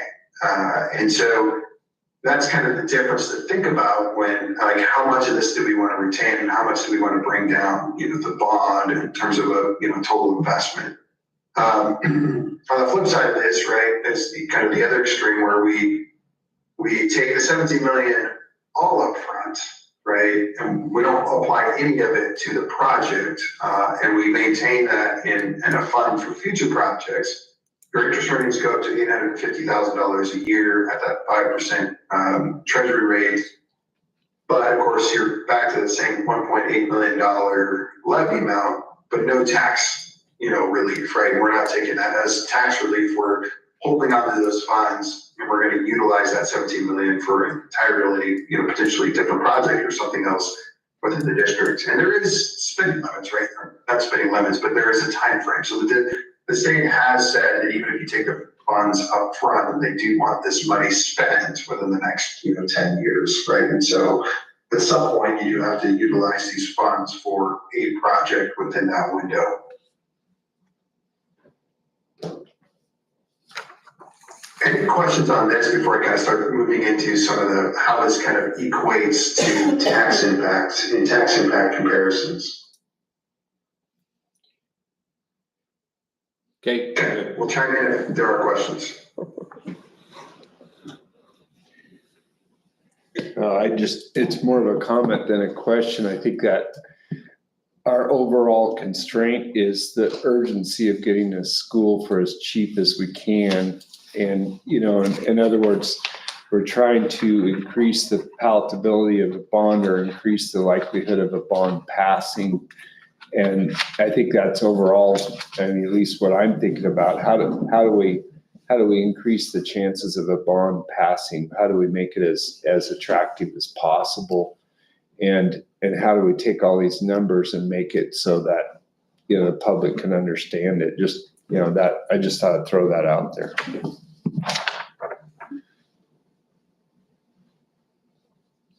Yeah, and I think that's a good comment. And, certainly, part of this process that we're trying to go through with the board is to start to kind of think about and navigate what that balance is, right?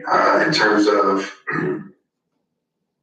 bringing down the cost of the project to your point, so that it can be supported by the patrons, but also kind of maintaining potentially some of those funds for future things and future needs that the district might need. And so I think that's going to be kind of the conversation the board will want to have in terms of what that right balance is. And Michael, if I could jump in there. Please. One of the things for the board to consider as we're going through this is that the state is, in order to help pay for this program and get that 17 million to us, one of the things they removed was what they call lottery maintenance match. And we've talked about this in previous board meetings, but just a reminder that last year, that property maintenance match amount we received was about $400,000. Is that correct? $480,000. Oh, okay. So that property maintenance, the lottery maintenance match money was utilized to do just our routine maintenance and upkeep of our buildings. So as we're looking at the amount that is, and I shouldn't back up, a lot of that routine maintenance won't count as a capital project, which means we couldn't use that 17 million to do some of these projects because it's not a capital project. Capital projects have certain criteria and limitations that, like so as an example, a student throws a rock, hits a window and breaks that window, we need to replace that window. That's routine maintenance. Capital project is we're looking at all of the windows and upgrading all the windows and replacing all the windows. And it doesn't have to necessarily be all, but there's that kind of a limit there. And so one of the things we need to be thinking about as we're creating our plan is what's going to generate enough interest to cover those routine maintenance things throughout those 10 years, because we're not receiving that from the state any longer. I remember when we first said, oh, it's 18 million minus 4.8 million. So it's really not, it's like 13 million. Right. So am I to understand though, that with the lump sum, it is investable in some sort of treasury bond that we would project. Right, Michael, would you mind moving back to that last slide where we talk, so those numbers in the green Like at the very. are those interest amounts that Michael was describing, depending on which, how much, obviously, the more you have in, the more you can generate, but on the flip side, that's less that you can use towards that whatever project. So that's where I think Michael's talking about is in finding that balance, finding that spot where we're able to generate enough interest to cover the routine maintenance costs that we need to cover. That. So I have a question. Yeah. Do we use the full 480, whatever it was? Okay. Last 3 years, yes. What I need to know. Thank you. So any clarification on that part before we let Michael continue? No, I'm good. Okay, thank you, Michael. I appreciate it. Yeah, no problem. So, just quickly as we kind of move down and talk about, well, what does this mean from a cost perspective, to patrons? Currently, the district, or at least last year, levied 5.5 million total for bond and supplemental. And I want to put those two together because House Bill 292 as an offset, it impacts both of those. And so I think it's appropriate to kind of put those together. So if we go, this time kind of go left to right on that, if you look at the full $25 million project, we're not buying anything down on the project. We're not bringing in any additional property tax relief from 521. You'd have that estimated bond levy of about 1.8 million.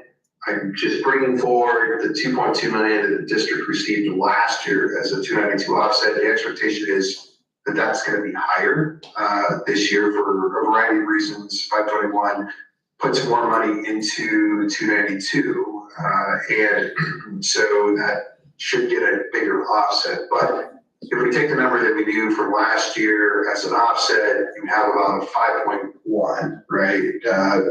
In total levy amount versus last year on that. And so your offset gets applied towards, that new bond. If we kind of move to kind of a $19 million, 19.5, so now we're utilizing, about 5.5 million of that, getting it below 20 million. Just a quick clarification, Michael. So when we talk at 19.5, that doesn't mean the school would cost 19.5. That's what we would bond for. Yes, and put the And rest use towards. the rest up to that 25 million. Again, we're using just 25 million as the 5.5. example. That's where what we would be looking at there. Just want to make sure that that's clear. Thank you, Michael. Yeah, no, I appreciate the clarification on that. So you can see that, the numbers, obviously the more we utilize in terms of House Bill 521 funds, the more that comes down. The one that's a little different here, right, is the one that's on the far right, where we talked about taking the funds, on an annual basis, right, as opposed to taking everything up front. So you had those funds over 10 years, you get about $1.7 million a year. So naturally that lowers that levy, but you give up something, right? You're giving up those potential interest earnings on the other side that can be used for potential other, ongoing maintenance projects in the district. So, you can kind of see the contrast and really when we start talking numbers, it's about the tax impact, piece of this. And so you're looking at a difference of, about $10, right, for about every 5 million, 5.5 million that we put into this. It buys down the tax rate on an annual basis per 100,000 of about $10. But for, of course, if we take the tax relief, we get a significant reduction in the overall tax costs of this. So that's the thing to think about, right? Is that I think there's the number at the top which matters, right? Which is, well, we at one point said that we wanted to get 28 million. I think the district's been able to try to work through that and try to get that project total cost down to 25 million. So now we can, bring in some funds to further offset that and get that below, say 20 million at least, which is kind of where we targeted that 19.5. That gets hopefully something that's closer to people are used to seeing in terms of, cost for an elementary school, even though the elementary school is still going to cost 25 million, at least from a tax supported perspective, it's only 19.5 or potentially 15 million. Of course, the tax part of this, matters, but it's going to be a tax impact either way. And so I think from that perspective, whether it's 130 or 120, I'm not sure that's going to move the needle as much as, the large dollar amount. I mean, it's a tax impact either way we go on this.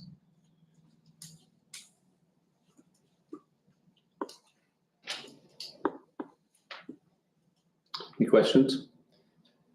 I think we're good to move on. Okay.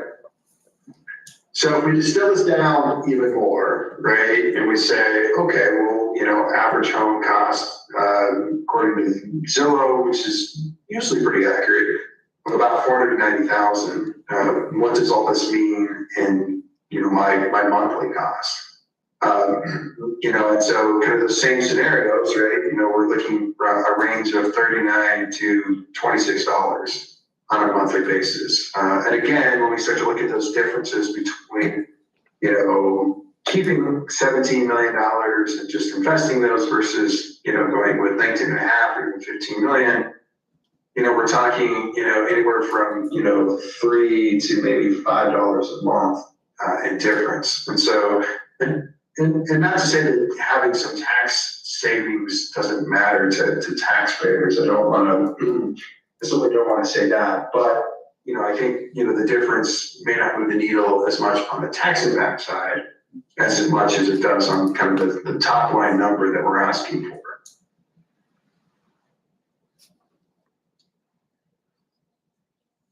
Questions on that? Hey, we're good to move on. Okay. So to kind of wrap this up a little bit, let's talk about the markets. Oh, really quick, Michael. Yeah, just one question or quick on, the 490,000 is the average Zillow estimate of average value house in Middleton, but in their district. But the average assessed value would be far less than that, right? Well, he's got the exemption on there. Correct. Yeah. So you have that homeowner's exemption. You can kind of see that math there. So good point. So for 90 is the value of the home, right? 125,000 is going to come off the top of that. 365 is the average taxable value. 490, and that's what taxes and all this tax impact is based off of that. I think that the homeowner's exemption, though, would be deducted from the assessed value. So say a average $490,000 market value house, the assessed values have been quite a bit less than the market value, haven't they? As far as what I've seen, they have been. Maybe, it just but depends on just where you're at. depends. Yeah, I'd point out that it might actually be a fair amount less than that for. Yeah, and that's totally true, right? I mean, we're talking, when we look at this kind of home value index, right, we're making certain assumptions to go in and kind of try to come up with a, evaluation. And I think, what we're trying to demonstrate here is how does kind of that math work and what's that tax impact, difference, right? Of course, the lower the home value goes down on this, the less we see and tax impact, right?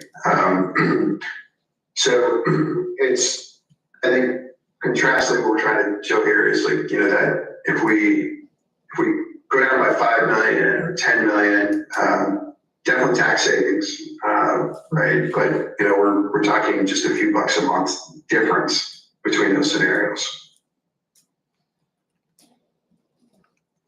Okay, thank you. Yeah, thank you. Yeah, you bet. So shifting away from the analysis and talking a little bit about the markets in general, and kind of interest rate trends.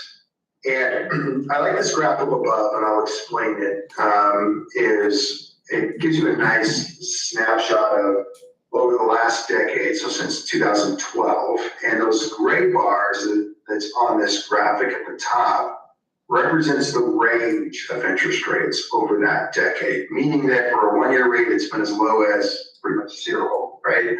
And probably as high as around about 3.75%. And as you shift through the curve, right, that range goes up some.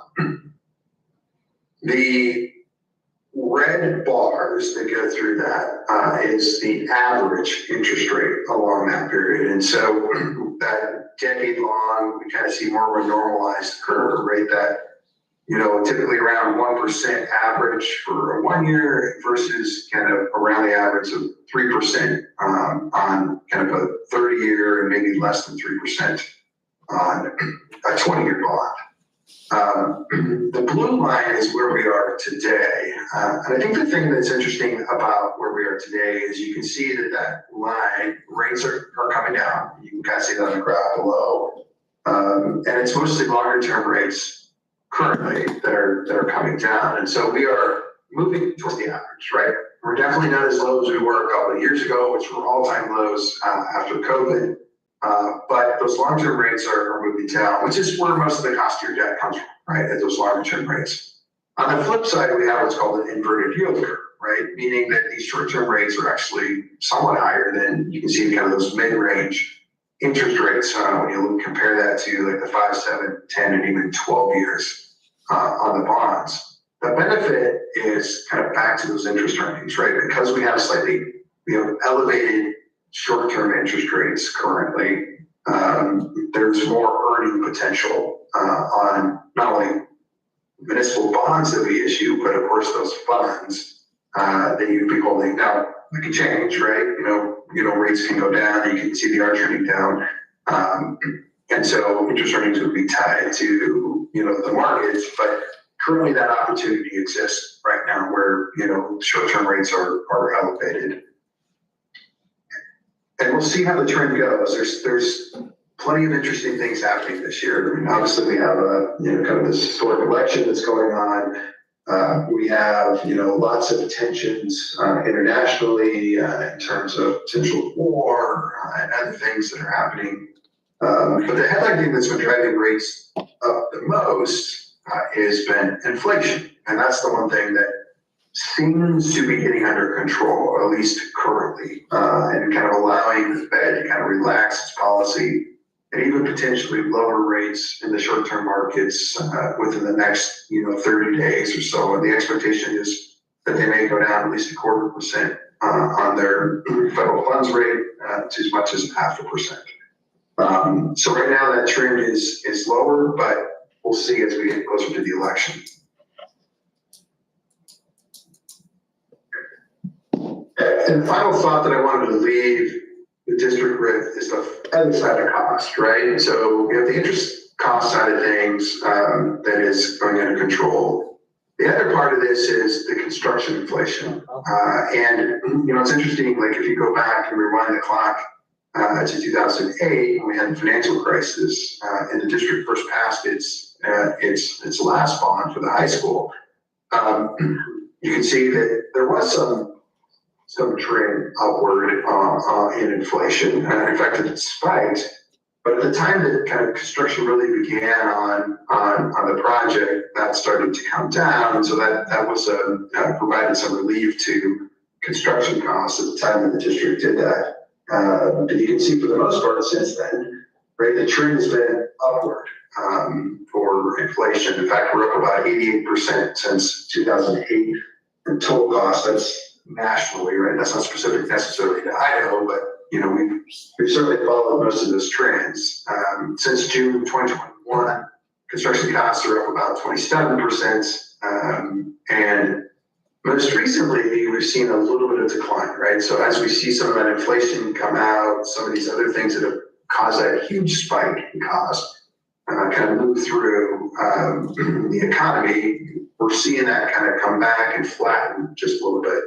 But we've seen that before, right? And so, there's an expectation that may be the way it is for another year and a half, kind of depending on what goes on with the economy. But generally, right, when you think about how the Fed manages the U.S. economy is they want inflation. They want at least some level of inflation. So it's likely that will, eventually kind of turn back around. And of course, outside of large construction, right, we still have a housing shortage, and with mortgage rates potentially coming down in the lower interest rate market, that may create more demand for buying houses, which also might put some upward pressure on inflation. So again, just kind of a snapshot as we're kind of thinking about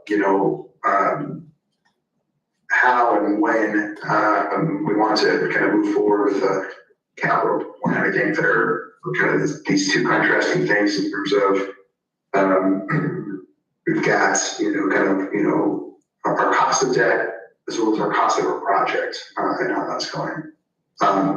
So from that, those are kind of my few slides that I wanted to share with the board. I am happy to answer any more questions that the board might have.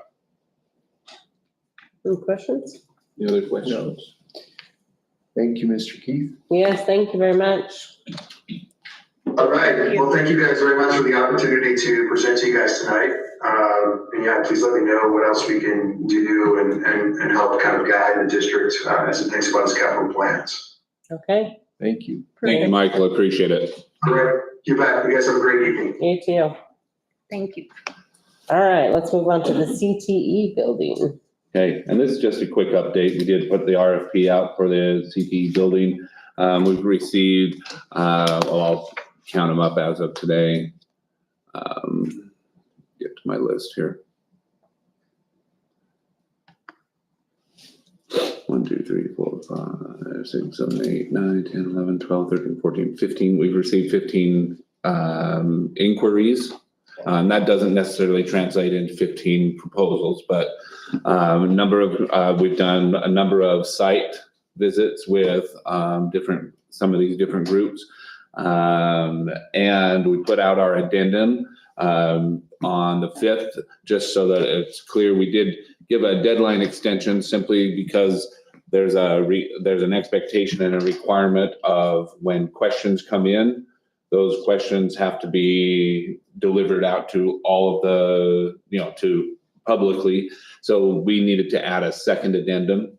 So that will actually go out this Friday. The deadline for those questions to come in is tomorrow. We'll get that into the paper so it can be published on Friday. And we also added the geotechnical report. If you'll scroll down there. So the geotechnical report is, we did a soils test, just part of the requirements to have done as we go. And we have the deadline of the 22nd of this month. So as of the 22nd, we should know where we're at with that, and we'll move on to the next phase of evaluating the proposals that do come in. Nice. Any questions on the CPE RFP? Sounds great. It does sound great, thank you. Yeah. Okay, thank you. All right, let's move on to discussion item E. I'll just give that over to Mrs. Krantz. Yep. Okay, thank you. In front of you is a list of the changes we need to make in our school building checking accounts. As far as the signers, this is also posted on Simply. We have 4 schools that have changes. I won't read them to you, but we do need to have a motion approved with minutes to send to the bank to make those changes. And we're going to bring it up on the screen just so that it's clear. Okay. When we make the motion, do we need to be specific? I think it's just fine if you just say as Presented. recommended or presented. Okay. Because I'll make certain to get this to the bank. This is primarily to address changes in administrative staff. And as an example, as you look at the middle school, Yep. we have a new principal, but he was already a signer. So there doesn't need to be any change with him, just changes to who else would be Yep. signing or not signing. Perfect. Any questions? Thank you. All right, let's move on to discussion item F. Okay, just wanted to give a quick review of some of the things, activities that we'll be looking at with our bond election. We had a summary of this 2 months ago, but wanted to just kind of give a more detailed look at what we'll be attempting to do as we go through. Here in August, and I'm just going to go through and hit some key points. A lot of them repeat from month to month, so I won't go through that each month. But we're working to identify some bond committee leads that would be willing to drive the community side of a bond. We've reached out to a few people, and they're just they're weighing whether they could commit to the time and everything right now. They should be getting back to us soon. We will be gathering information about House Bill 292, because even what Michael presented is an estimate, because it's all based on the market and the assessed values and all of that. So it's going to change every year. So we want to make sure that everybody has accurate information on what the property tax relief is. We're working on social media and podcast. We're doing more planning right now for social media posts and podcasts than we are actually producing those posts in relation to the bond. We do have our new social media manager, our public information officer, Bobby Wilson, will be taking over for Vicky as a contracted piece. And then we have site selection, which is something we discussed tonight. That discussion will be ongoing. And then we're starting to design our public input survey.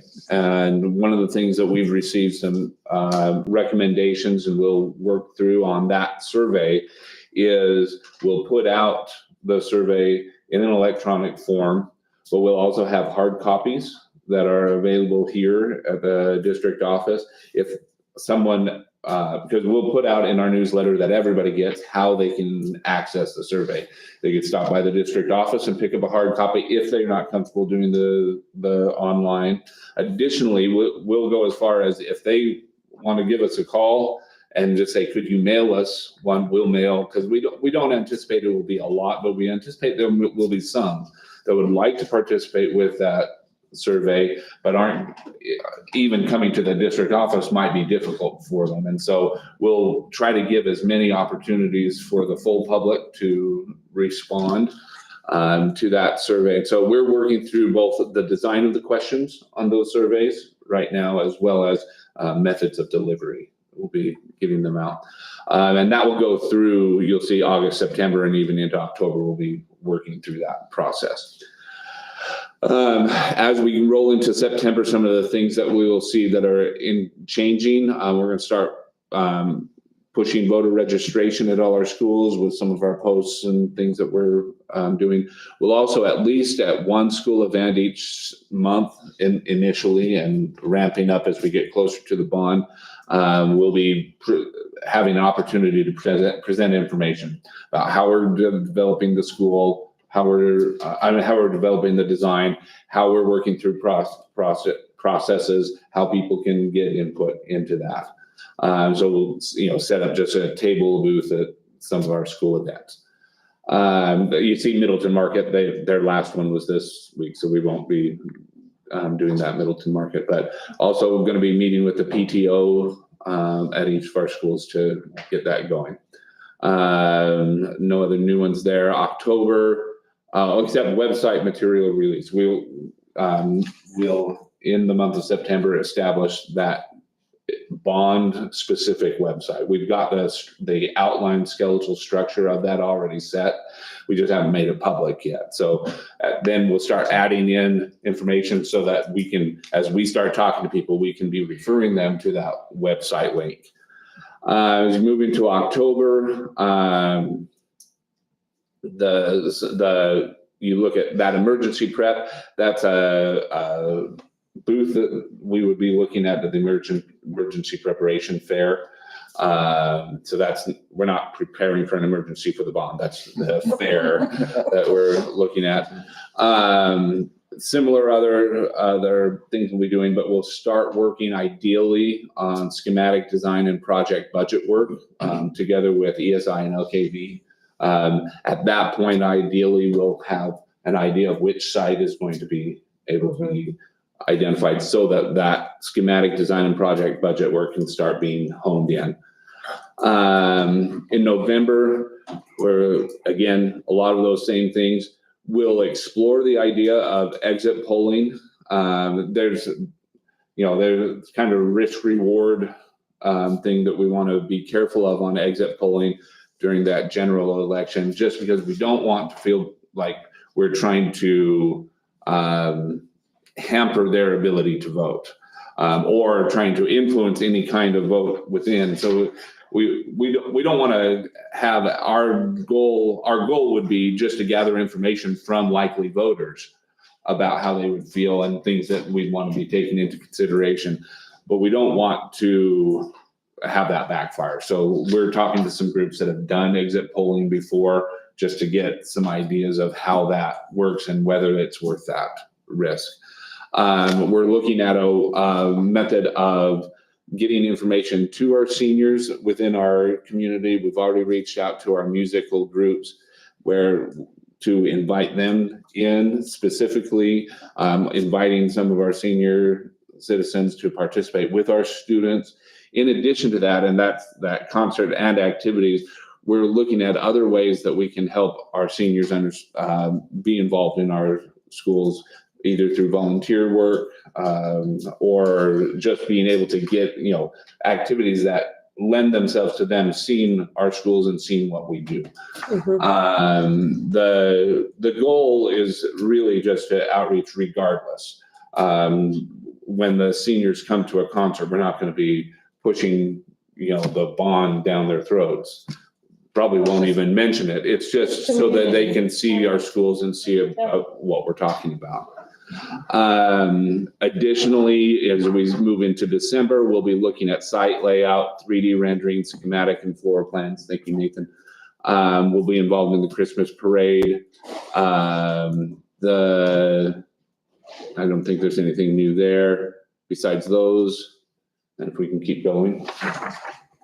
Into January, we'll have another hard copy newsletter that we'll send out.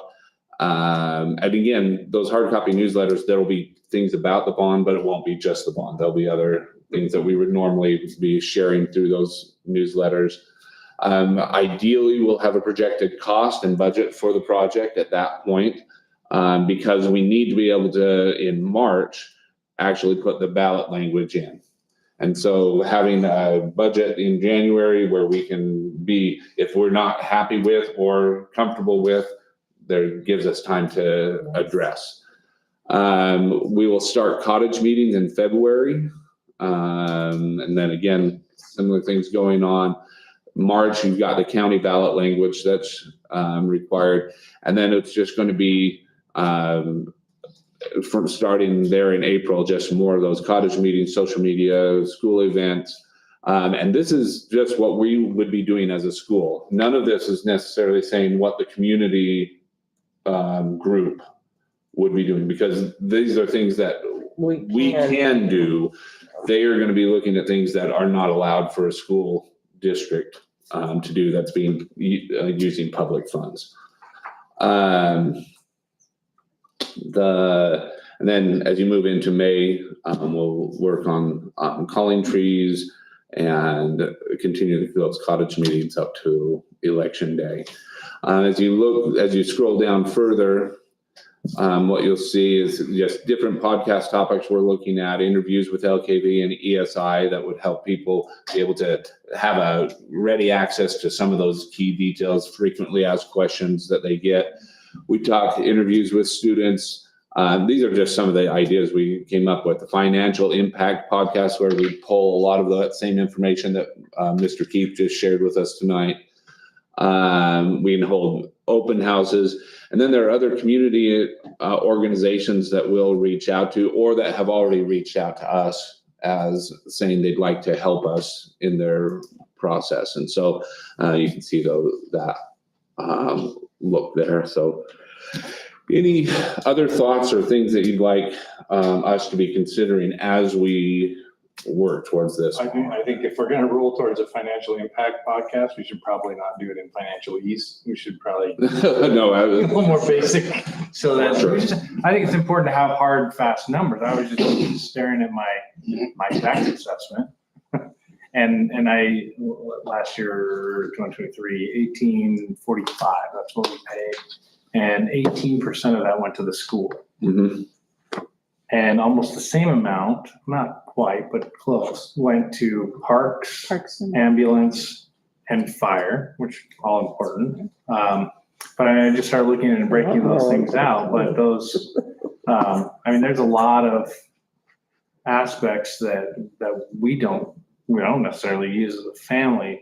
But I think everybody needs to see that kind of information. I think that's really important because, yeah, I mean, a no tax would be great. I mean, that would make me like, within my realm of hobbies, that money could buy some cool things. But I mean, I just think it's really important for everybody to see and to look at our trends of where that's going, and also understand that if we're going to stack another chunk of money on that, where does that take me? Does that level me out for a while and then keep going down, or is that going to bump another $100? Because, Right. you know, to Mike's, what she's speaking to, I mean, $10 when we're presenting $10 is okay. We can figure out $10.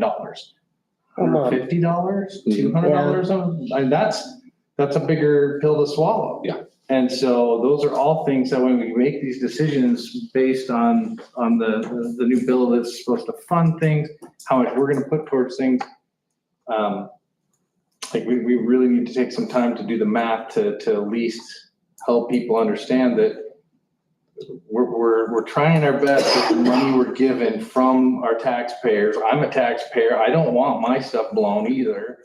But they've got to understand in real world numbers, really simply. Good luck with that.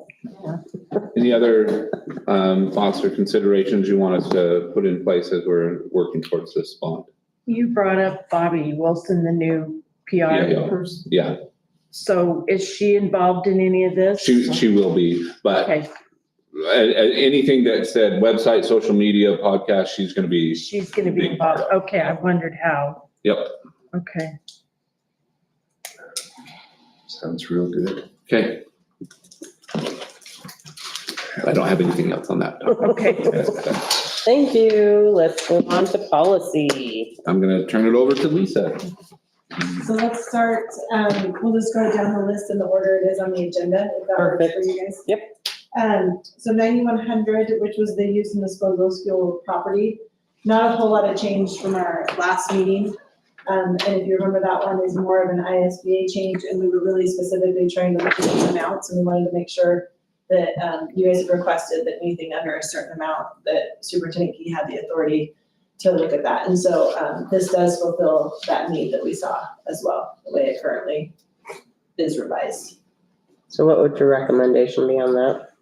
This one, I would say because we have such a large group, I would continue to move them all forward to a third reading, to be honest, just because it gives all of our stakeholders time to Perfect. review, since we have such a large group of policies. Thank you. Yeah.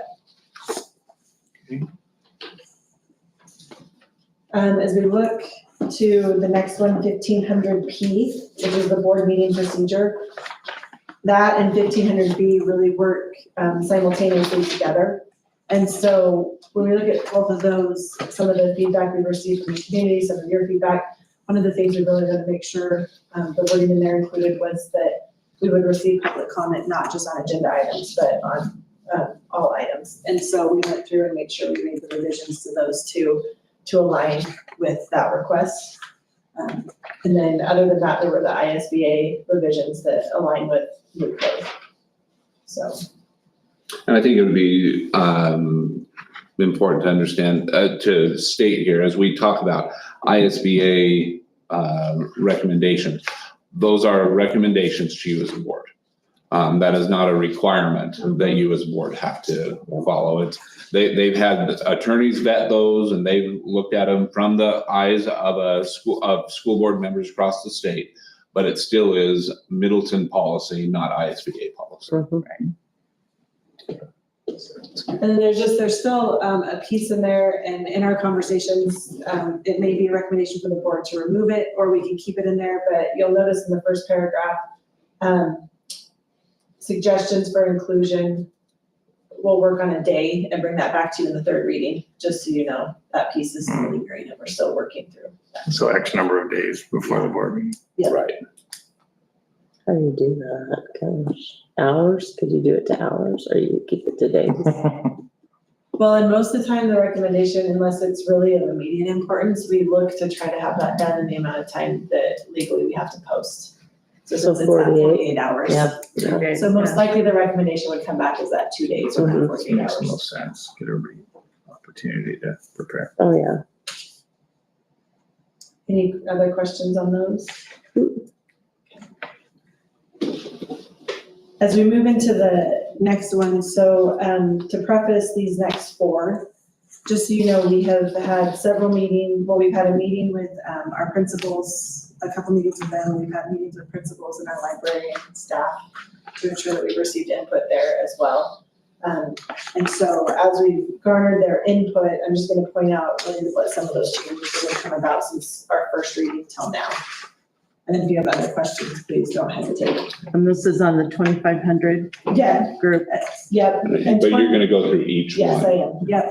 2,500, there weren't a lot of suggested changes to that specific policy, and the reason for that is that's really the legal piece of it. Mhm. It's a summary. When we look though at 2,500F, that would be where I would call your attention to those changes. One of the recommendations was to have the parent actually accompany a minor into the library with an ID to sign off on the permission slip.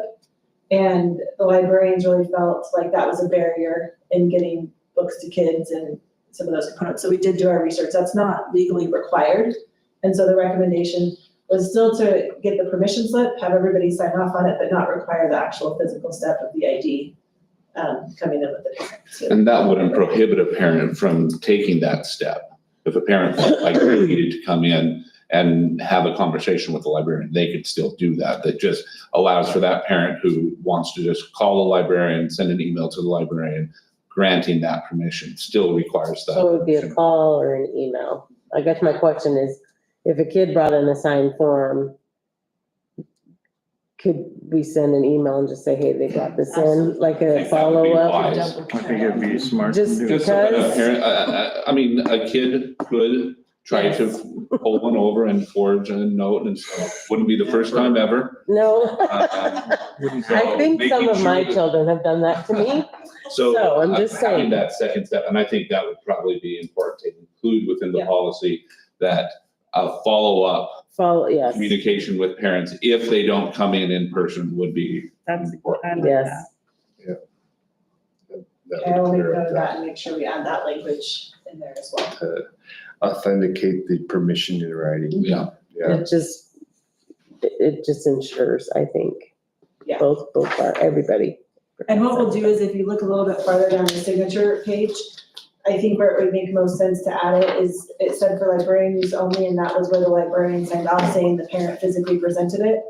I think we have the librarian sign off there that they verified the permission slip with the parent. Yes. That's a on that good, yeah. form. So we can just change that portion of it. So it's if verification. they receive something signed and the kid checks out a book, we're holding it until we get a parental confirmation that that was good, or are we just informing the parent that?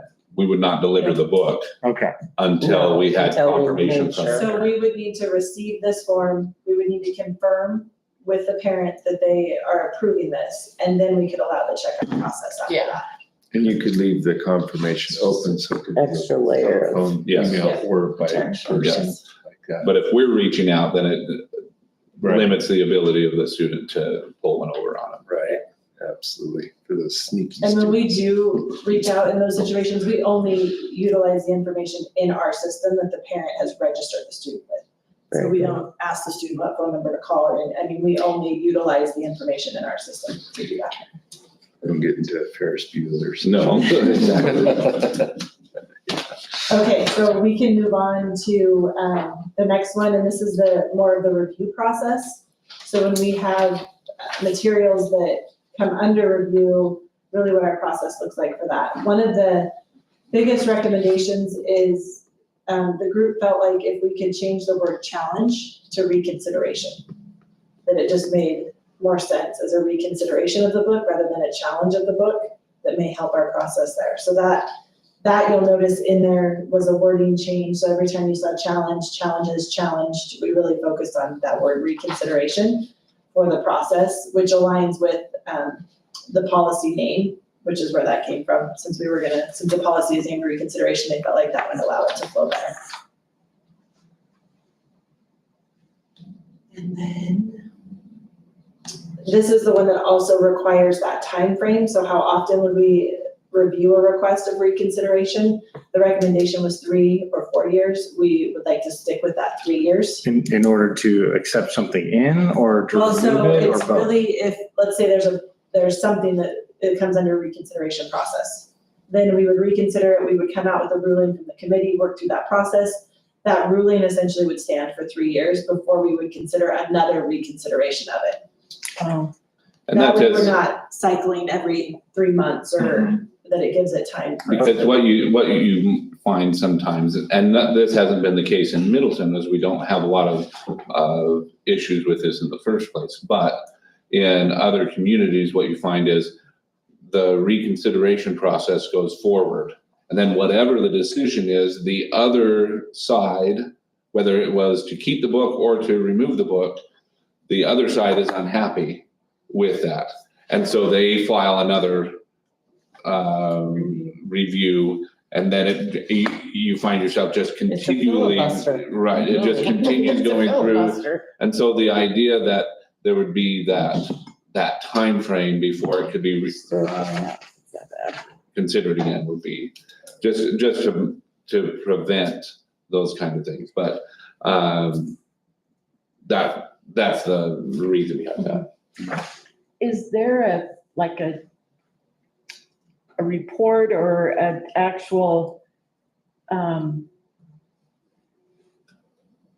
can't think of what I'm trying to Like a say, list or Excel of spreadsheet the of all the. reviews, so people can read Oh, a summary of. A summary Yeah, consideration. why it was accepted or not, that is available for people to read. Yeah, as part of that process, we can have that summary available for people. Okay. And so what would be is if somebody came and said, I have some concerns about this book. And it's like year number 1. Yeah, but you can say, it was reconsidered last year. Here are the reasons they chose to keep it, or here were the reasons they chose to remove it. Okay. Yeah. I mean, just being transparent enough that, Mhm.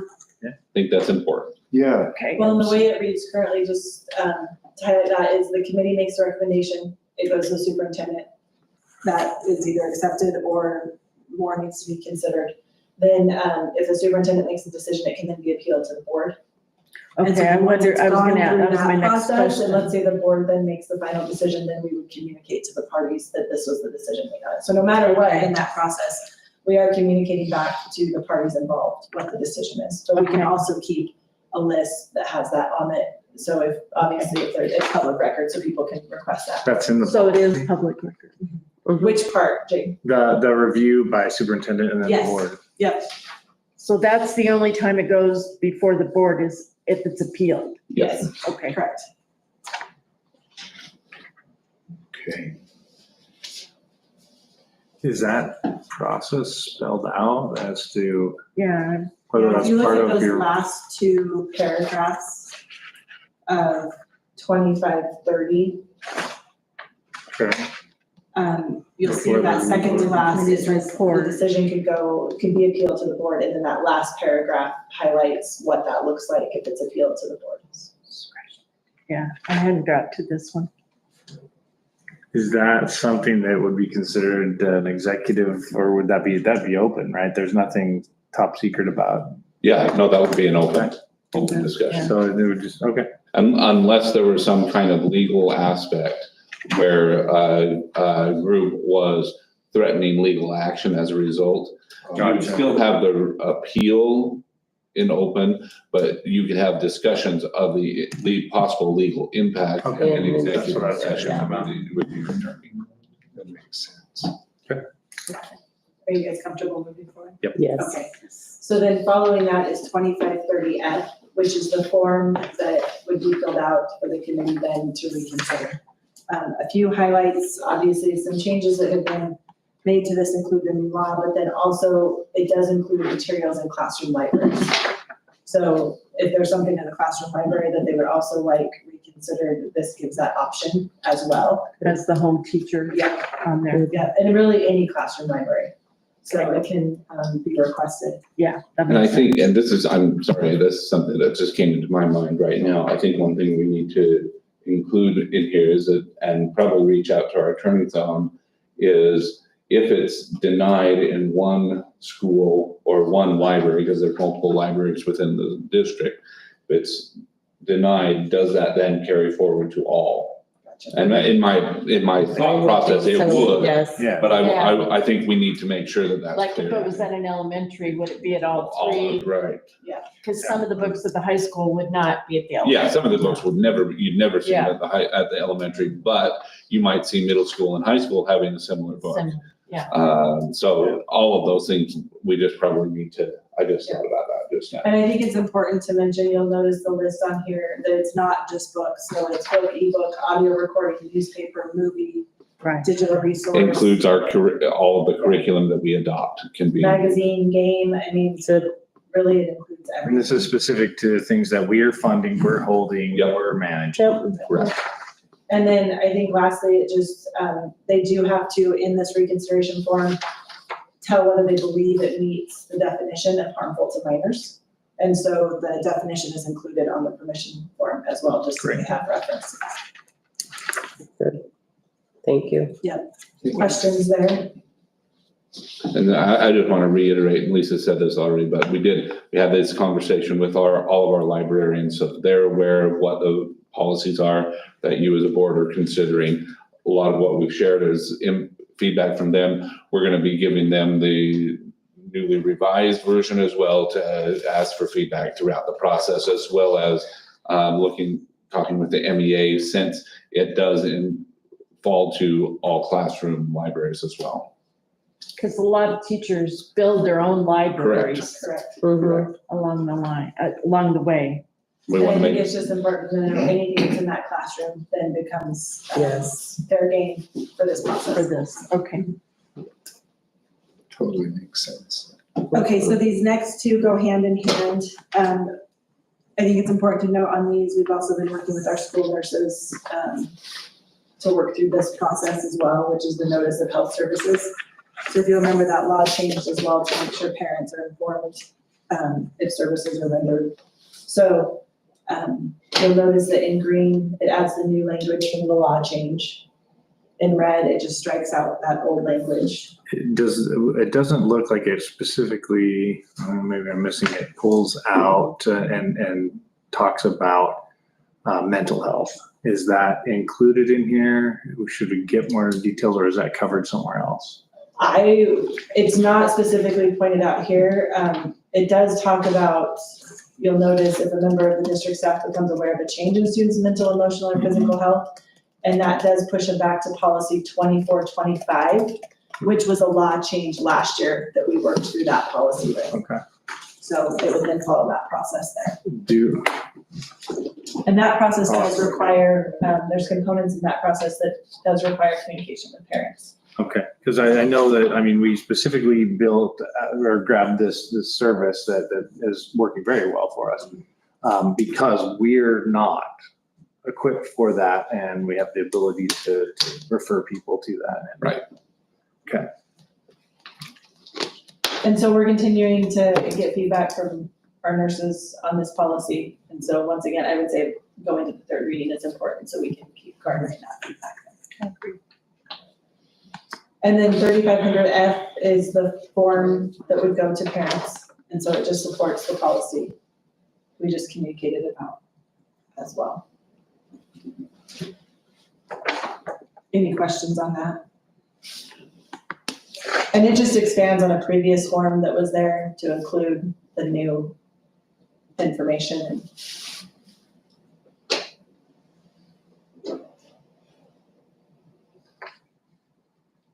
Okay, we're gonna move on. So going back again to 4105, which is public participation in a board meeting. And then 4105F is the form that goes along with that. So this really does go hand in hand, and obviously 1500P, 1500B talked about that change of where public input is given, which is different than what it used to be. And then now 4105 and 4105F talk about how it can be given. And so once again, we really focused in on making sure that we left that open, that it's not just narrowed to agenda items, but allows public input that way. That's important. So those changes were made both in 4105 and then 4105F. And they pretty much mirror each other. You'll notice the form is what we hand out at board meetings. The policy is what is in the policy. And so you'll notice the language pretty much mirrors each other in those two documents.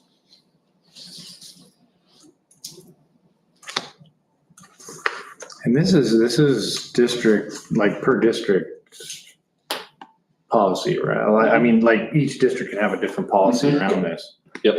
So I've seen some ones with different ones, and I'm glad that we've got that open Yeah. to our patrons. Yep. Any questions?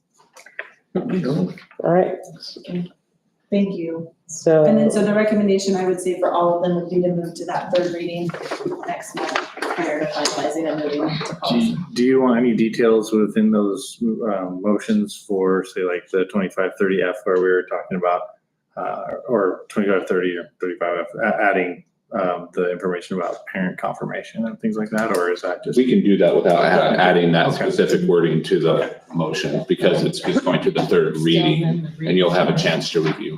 And so I'll make sure I point out at the next meeting those pieces, and then if there's any concern, we can always continue it forward. Perfect, Thank you, Lisa. all right, You're welcome. who's gonna be brave? Thank you.